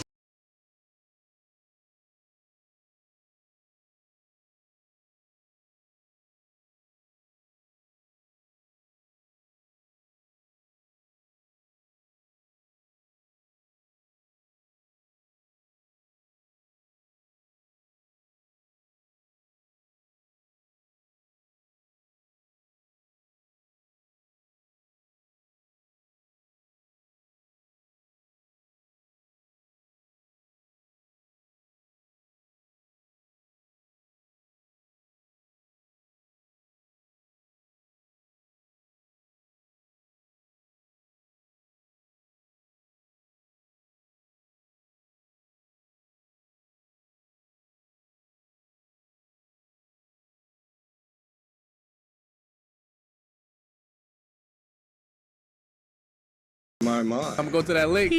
Magic Johnson. Ain't gonna be no buddy. Guys, move We've on. got to bifurcate those You're a two loser. things. It's actually pretty neat. Take that L on the way out. Take that for data. Got my Michelob Ultra joint. Wonderful. We apologize. It's time for the club, baby, on 105.1 and 1080. The Fan. Well, I don't get bring the head cold. What an exciting time. All right, nice to have you along. It is time for the club here on the Fan. Yes, I was teasing. Wait, before I get to that, I wanted to ask you guys, has anybody tried the new Jason Bateman show yet? I have not. I've heard good things about it. Have you seen the ads? Yes, I've seen the ads. DTF St. Louis. Yeah. Down to do it, St. Louis. It's got really good reviews, but It does? I have not seen it yet. See, I got to tell you, man, Bateman is on my short list of people that if anything he's in, I'm giving it a go. It has 86 Rotten Tomatoes right now. That's pretty good. And a 7 IMDb score. So, yeah, people are giving it an attaboy. Let's look and see what the audience score is. Oh, well, only 74% audience score. So the Isn't there only like one episode out? The critics like it better. I don't know how many episodes are out. I don't know if they're can you binge it? Because it's on HBO. I don't think so. I think they've only released one or two. I hate that. All the shows that I'm currently watching are doing that, and I want to be able to binge them. So just stupid. yeah, I'll probably I'm gonna give it a try. That will be one that I'll probably check out eventually. Bateman's the man. Yeah, I got 3 or 4 different things that I'm working on right now, and I can't take on too much. I'm on a bit of a roll. You know, sometimes you're looking for a show. Yeah. And then other times you're just like, man, feeling it. I got too many going on. Yeah. I'm juggling a lot. Yeah. Well, right now I'm in the midst of, I'm really enjoying The Pit. That's one that we watch every week. It comes out on Thursdays. I think the best show of the last 3 or 4 years has been Shrinking. And it's one of my all-time favorites. I love that show. It's a good show. I'm in the middle of the new season of Yeah, that. if you want a nice feel-good, like kind of Ted Lasso, but without all the cheese, I just leave that every time feeling good. Love that show. We just finished the Knights of the Seven Kingdom, or the Night of the Seven Kingdom. I enjoyed that. I liked what that had going on. So I'm on I've had a good little, but I can't take on more than 2 or 3 at a time. Then I get bogged down. See, I get after it. Yeah, you watch way more. And I will say some of your recommendations recently have been phenomenal. Yeah, you watched the Ed Sheeran one? The Ed Sheeran, so you gave me the Elizabeth Smart one, which I was kind of balking at. Have you watched Neighbors yet? Did you start that? I started Neighbors. Boy, I got comments on that.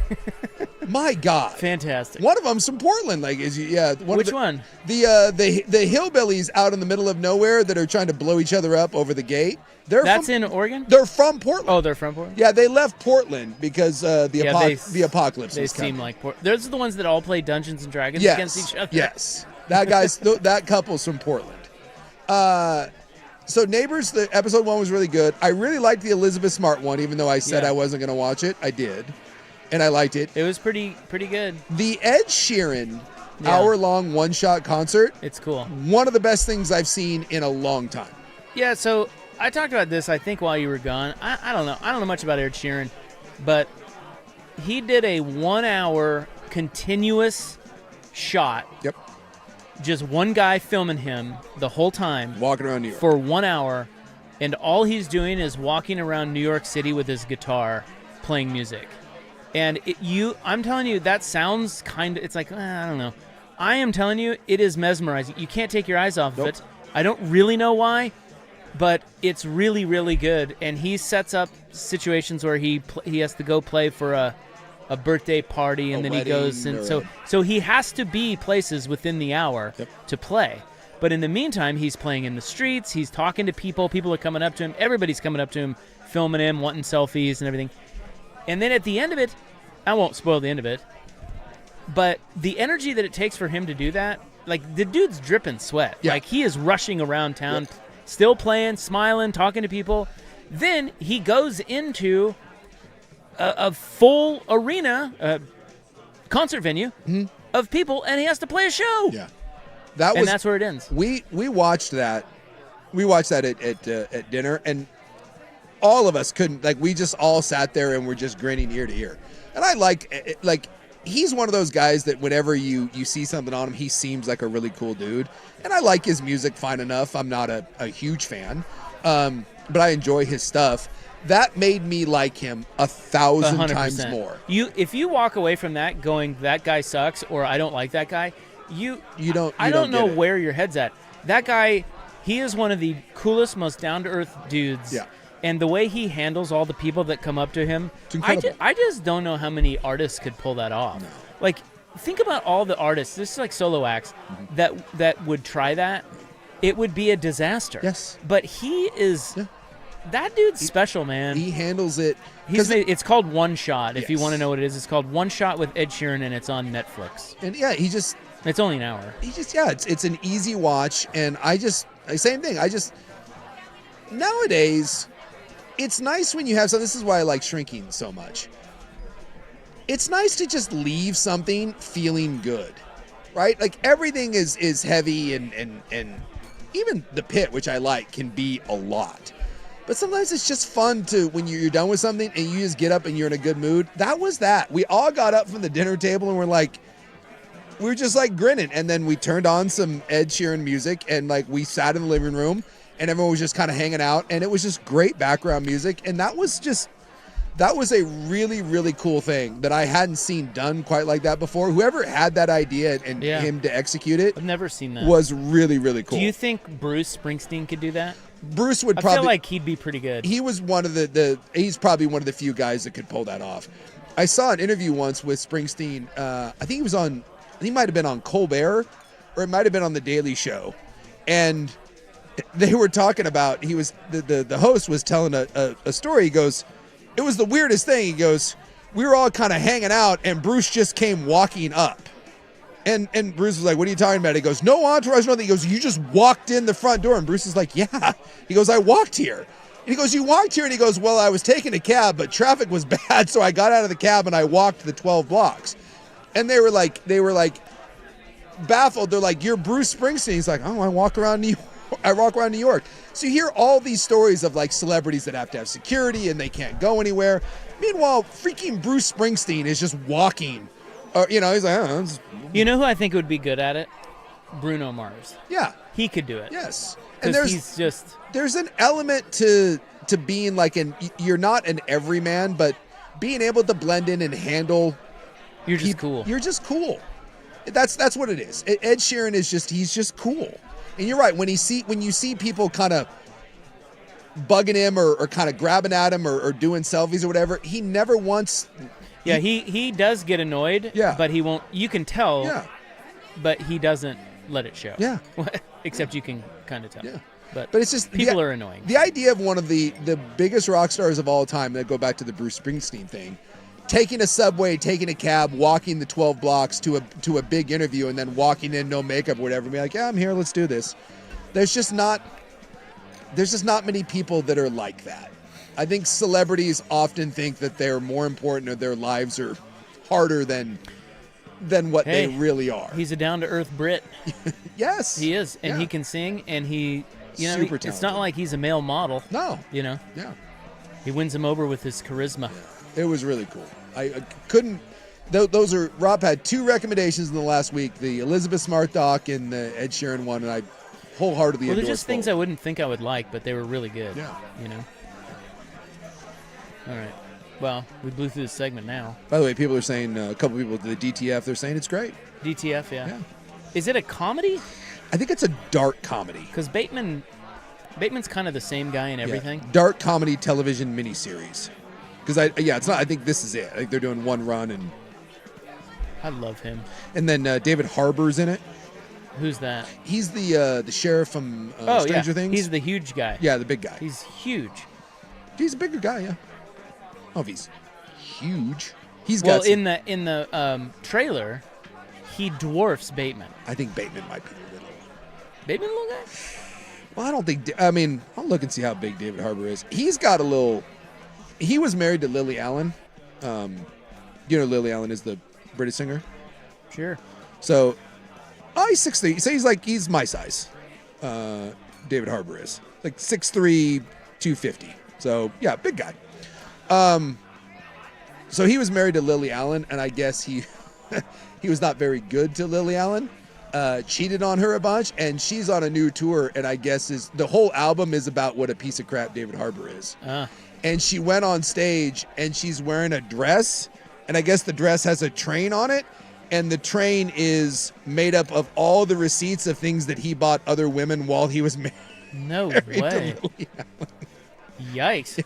She's not. She's clearly over it. Yeah, she's not taking it well.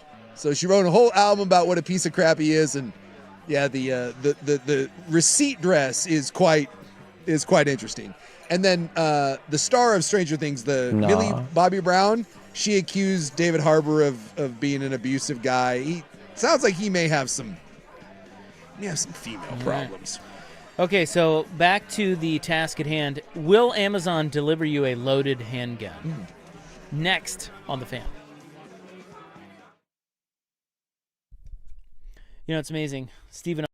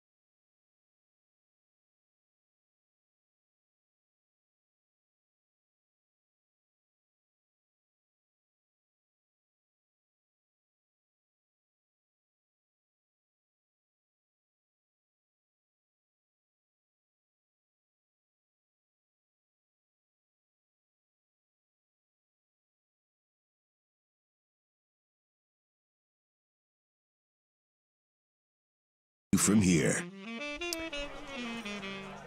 Well, I love Amazon. My wife certainly loves Amazon. It's made our lives so much easier. Sometimes it's too easy. Yeah. Yeah. Yeah, exactly. I think the BTJ gets in some trouble sometimes because it's just, oh, this, and next thing you know, you're clicking on it, and now it's showing Right. up. You're like, what the hell? Well, You don't need this. It's interesting to think about what items you would not have were it not for Amazon. Yes. In other words, my wife likes to justify it to me as, well, this is just normal household stuff. This is what we would have anyway. Yeah. But is it? Is it? If you had to go out of your way to find that. Exactly. Would you go to the store to buy that? You wouldn't. No. You just saw it on there like, oh, Yeah. buy that. Yes. It's too easy. They'll ship it right to my door. I can't afford not to buy it. Well, my son broke it. We told you he broke the glass top of the stove. So I replaced the glass top. By the way, I've had that oven stove for, I don't know, 10 years, and it broke. So My son is an idiot. Replaced it. And now, because of Amazon, we now have a cutting board that fits directly over the stove. You know, like when you're not using the stove, you can buy a cutting board that fits directly on top that looks like it goes there. We have that for some reason. Well, you can cut on it. Yeah, guess what never happens? That cutting board sits on the, it just sits at the other end of the kitchen and doesn't get used. But we have it because on Amazon, you can order it in 2 seconds. So now it doesn't get cracked. And I'm like, well, wait, why doesn't she put it on there? Well, because she's always using the stove. And then when you're done with the stove, then she doesn't really think to go back and pick it up because you got to clean the top and then put the cutting board on it. And it just doesn't really get used, so it just sits there. Huh. So now we have something from Amazon that was like $90 or whatever because you could click on it that we didn't really need. We didn't need other than one time in 10 years when the glass top got broke, but we have it now. Right. And there's no way we would have gone and found that no chance. at a store. Zero chance. Did she seek that out on there? She's looking for, so she put in there the search? Yes. So maybe she would have gone and tried to find something. No. But I actually kind of like that solution. Just use it. If you're going to order it, use it. You don't need it. Well, no, I agree with that. You don't really need it. But if you have it, at least put it on there. It's kind of convenient to be able to cut crap on it. If you cut crap, I don't know. I'll take you a sweet photo of it as it's sitting on it just leans up against a chair. I don't need that. It's very exciting. What a practical thing that leans against a chair. But will Amazon ship me booze? You can't get booze on Amazon, can you? I don't think you can. No. DoorDash, you can. Yeah. Just from a liquor store? Yeah. Definitely. So do I have to, if I want booze from the liquor store and I want somebody to deliver it to me, do I have to go to that store on DoorDash? Yes. And order it, and then he'll pick it up for me? Yeah, so if you go to whatever, I don't even know the store, but whatever, then I would deliver it to you. You have to show me your ID, and you have to, sign for it. I have to prove that it's you. Yeah. But it makes sense. you can. Because you don't want the kids out there. Right. I mean, we got to have some guardrails. They don't sell child trafficking not for this. I remember when I was trying to buy a deck of dirty cards, they didn't sell those. I had to go to the Hustler Megastore for those. They won't sell anything dirty on there. I don't think so. Will they sell me a live animal? I wouldn't think so. Can I buy a snake on Amazon? No. But I thought like a deck of Playboy or Hustler, I thought that would be a no-brainer. And no, I don't think you can buy. Can you buy sex? You can things? buy certain types of live animals through third-party merchants on Amazon. Wow. Primarily focused on aquarium pets and educational insects. Yes. So insects, worms, shrimp, small fish, tropical fish. So if I that. need frogs for my science class, I can go to Amazon? Yes. But you cannot buy any mammals. Oh. But no warm-blooded pets. No. Okay. You cannot. I can't sell the cats on there? You can't buy. Just set them free. Can't buy a kitty. Just set them free. There's a YouTuber that got mad at you about those comments, by the way. I'm sorry, what? A YouTuber got a little offended about your cat comments. Why? What did they? They said that cats are they're about as smart as kindergartners. Uh-huh. So when you just tell them to set them free, they don't know what to do. Oh. Well, can't they come? Well, So how dare you? But don't they just come back to your house? Yeah, I kind of thought they do. They're instinctual, right? They're out there hunting meese. Hey, this is a high upper Yeah? YouTuber that I like, so Oh, okay. I just All right, want well. to throw it out there for you. We let the cats roam around, and they come back. They're fine for the most part. The worst part that anyone should be bothered is not that Rob has let the cats out. It's that Rob doesn't want the cats to come back. That when the cats it's come that back, I'm Rob's indifferent about- You're not You're rooting indifferent. for. No, You're rooting against them. I am You, indifferent. You're no, not. you're You're not. not. I You am. are not indifferent. I don't care if they come back or not. That's not indifferent. That's It's indifferent. at least a 75% chance. 75-25, you don't want them to come back. Yeah. Look, here's You think what you want. indifference is. I love those cats. Indifference is 50-50. If the cats did not come back for a week and you realize they weren't coming back, indifference is, oh, you on the other hand would be like, yeah, America, woo. that's not indifferent. No, That's what you would be like. I'd be like, oh, Someone saying you can buy adult toys on Amazon. So I can buy I'm surprised you don't know this. I can buy a phallic, but I can't buy a set of dirty cards. You can buy a dough on there, but you can't do anything else. I'm looking at this on my way right now. So all this to tee up, can you get a loaded handgun? No. Of course not. Oh, whoa. Yes, you can. You can. This was a quick Amazon search, and that. Classic Secanic. Can't keep it clean for 5 minutes.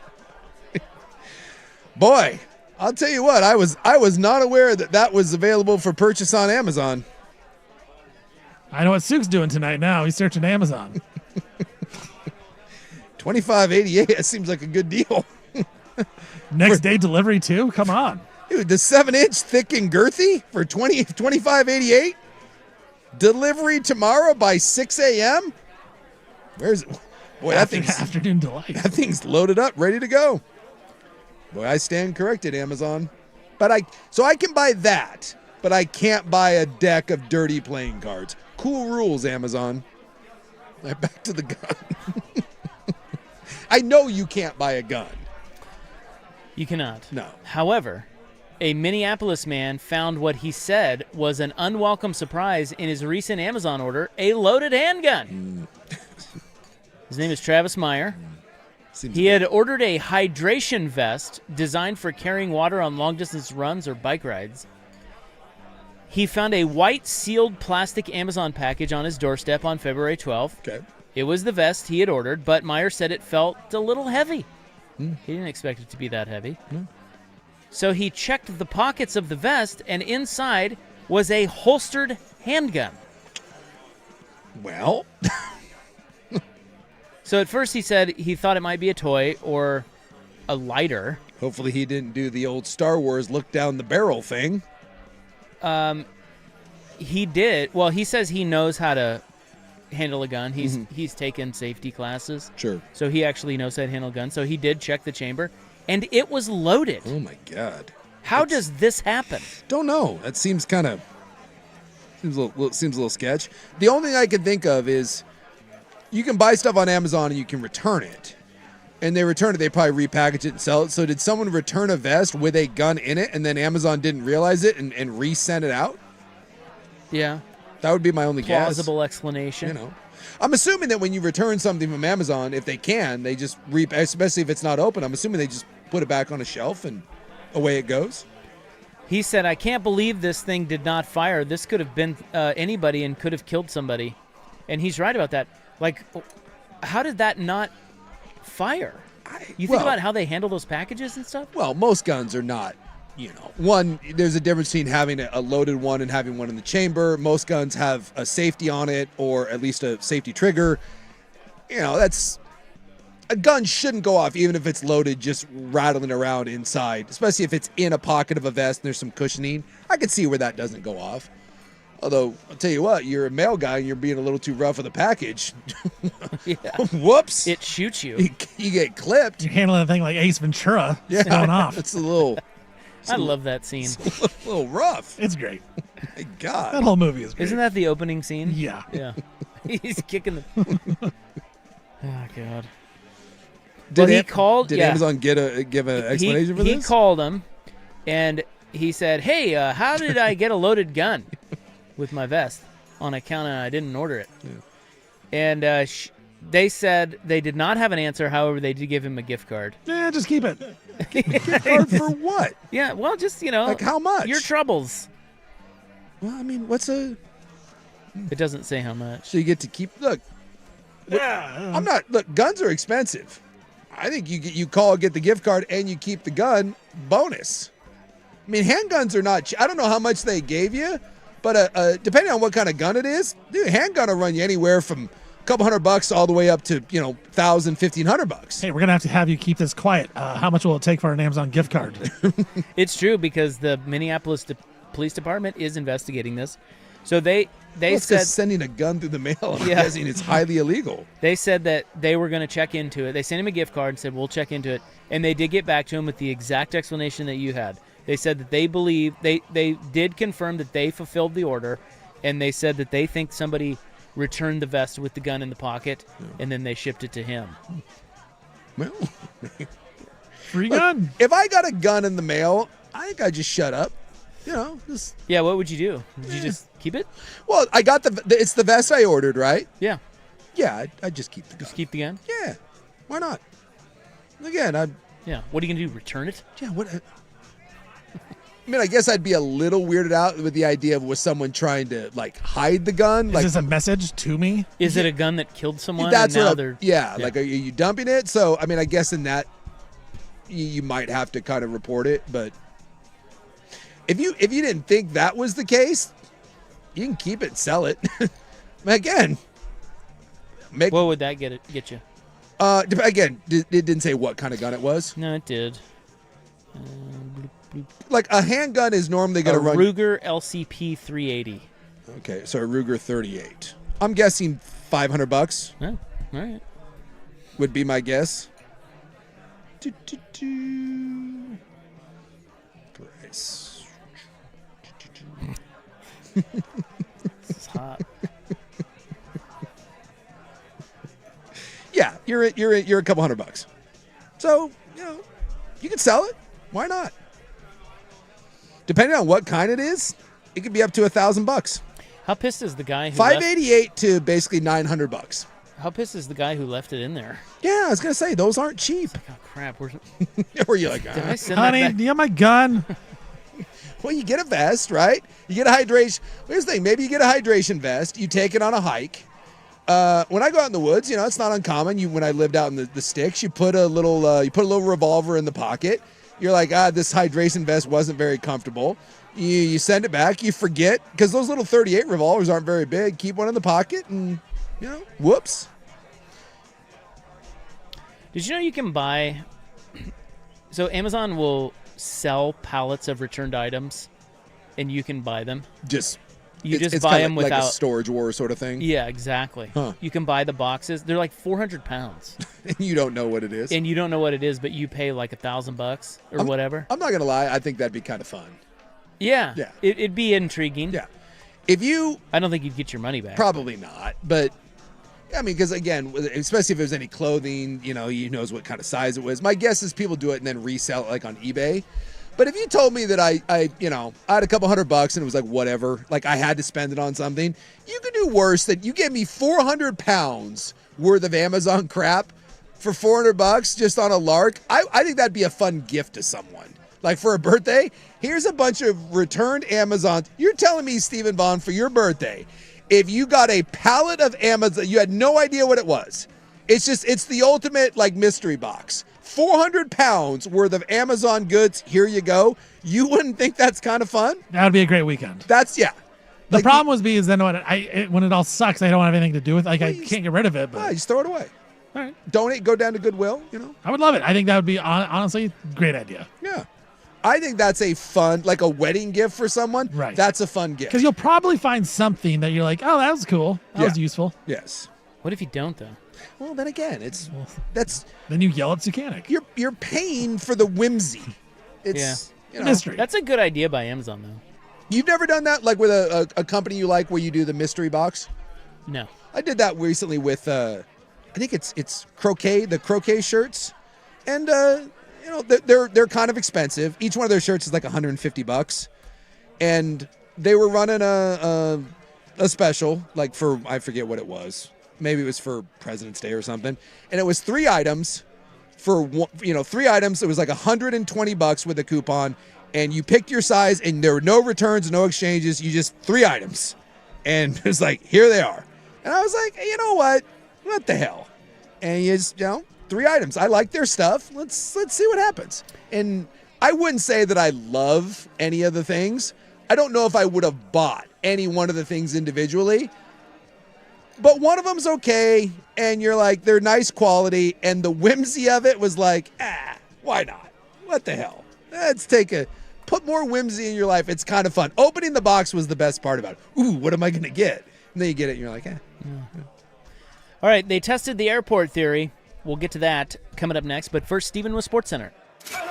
Now, from the George McCoy and Warren Allen Sports Desk, a Sports Center update on the Fan Sports Network, 105.1 FM and 1080 AM.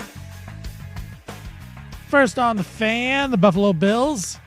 They needed some weapons on the offensive side of the ball, and they may have got a good one. They made a trade for Bears wide receiver DJ Moore. In exchange, the Bills will give the Bears a 2nd and 5th round pick in the 2026 NFL Draft. Moore's going to turn 29 in May. He had 50 catches for the Bears a season ago. Former Packers president Bob Harlan, he passed away today at the age of 89. Harlan's the only person in NFL history to hire 2 different general managers that won Super Bowls with entirely different rosters. Seattle Seahawks trying to keep the band back together. They reached an agreement with inside linebacker Drake Thomas on a 2-year, $8 million deal. 26-year-old had 96 tackles last year for the Super Bowl champions Seattle Seahawks. Boston Celtics getting a boost, maybe, as forward Jason Tatum is expected to make his season debut tomorrow night against the Dallas Mavericks. If he does return, his return comes less than 10 months after tearing his right Achilles tendon in the NBA playoffs. The Celtics have been great without him, are second place in the Eastern Conference. Jrue Holiday scored 35 points, 11 assists for the Blazers last night in their win over the Grizzlies.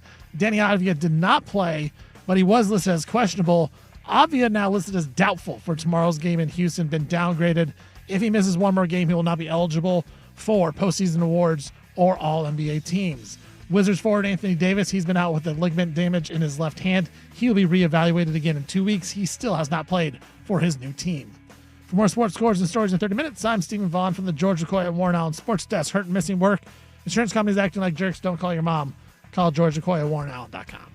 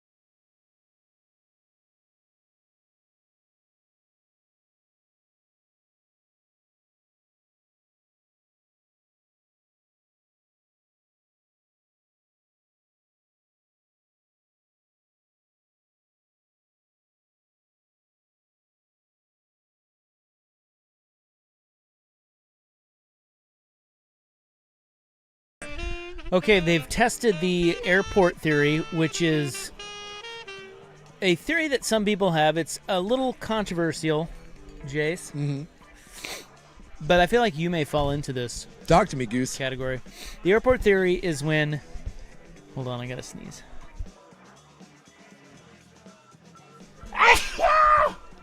May God bless and hold you. Oh my God. Or is it bless and keep you? The allergies. Yeah, you've been hurting lately. Bless America. Yeah. So the airport theory is when people show up to the airport late on purpose. Maybe even like 15 minutes. Define late. Well, exactly. Because I don't show up early. I know you don't. But their point is a lot of the whole 1 hour, 2 hour ahead thing is just people's anxiety. Okay. They believe that if you're late, well, define late. If you show up at an unconventional time, like say 15 minutes in advance of your gate closing or whatever. Sure. They believe that that's plenty of time to get through and get where you're going. Yeah. They don't want to waste time sitting around or whatever. Yes. So there are people who believe that, and the people that operate that way. The other thing about it is they think that when you are late, other people view you as late, they let you through. They'll let you to the front of the line. Oh, yeah, no. That does happen. It's yeah. like, oh, I got to catch my flight. Or you see the guy running. It's like you can tell when people are stressed out or like late. And it's like, I'll defer to them. I'll let them get. Sure. They're in more of a hurry than I am. I have certainly heard people show up and do the, can I please go ahead of you? Yeah. Yeah, that does happen. Yeah. And honestly, I think that depends on how busy the airport is. If it's not super busy, I think people are inclined to let those people go. Yeah. But if it's a nasty, snarled line, it's not going to help them anyway. Well, I think people are more inclined to tell you to go F yourself. I've seen that happen where it's like, dude, I've been in this line for 45 minutes. Exactly. You get back there with the rest of us. So it says... Because people get really stressed when the airport's packed. And I don't think once that stress level rises, people are thinking about anyone other than themselves. So they've tested the theory, and they have a list of the airports where you can get away with this most often. Okay. Because you never know. Yeah. So a lot of people like to roll the dice. Sure. It depends on the distance to your gate. It depends on, a lot of variables. Like if you're doing that on an international flight, you got some balls. Like I don't screw around with international flights, but or if you're leaving on holiday weekends. But if I'm leaving on a Tuesday at 7 in the morning, I'm not getting there at 5. We're rolling in at 6:15, and we're going to be good. We got clear the clear check. And I'm not checking a bag. We're good. See, I feel like the Portland airport now is perfect for this because I don't know about you. Maybe we try to fly on off times. Yeah, but it doesn't always work out that way. Yeah. So maybe I'm skewed by when we fly or when we book our flights. I never have a problem there. Like we cruise through. Yeah, for the most part. Every now and then I will say it.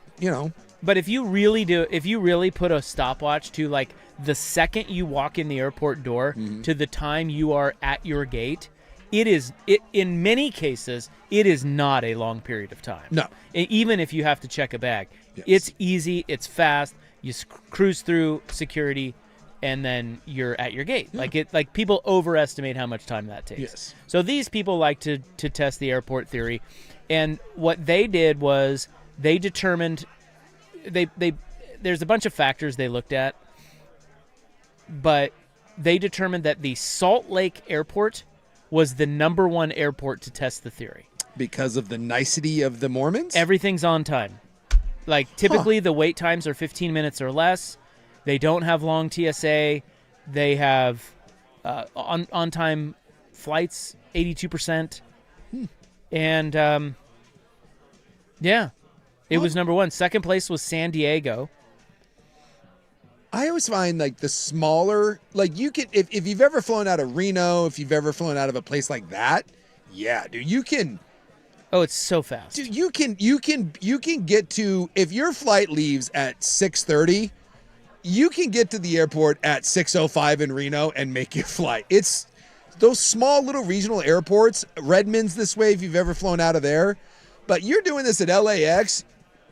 That's on you. You're a dumbass. Yeah, L.A. was shockingly 24th on the list. Yeah. 24th fastest, although it did make the top 25. Boston was third. Believe it or not, Logan. Go Boston, huh? Was third. Typical TSA wait times at Logan, 10 minutes. Really? Yeah. It's crazy. Interesting. Like it's a... Because I don't know if you do this, but you can go on the PDX. Yeah, you can see the... Yeah, they'll tell you how long the lines are Yeah. for your flight. Yeah. Or for, at the time you're going to be there. Yes. So you can you can give a rough and you estimate. can check the parking garages. So you know exactly how much time it's going to take you these days. All right, we got a break. I'll give you the rest of the list next on the Fan.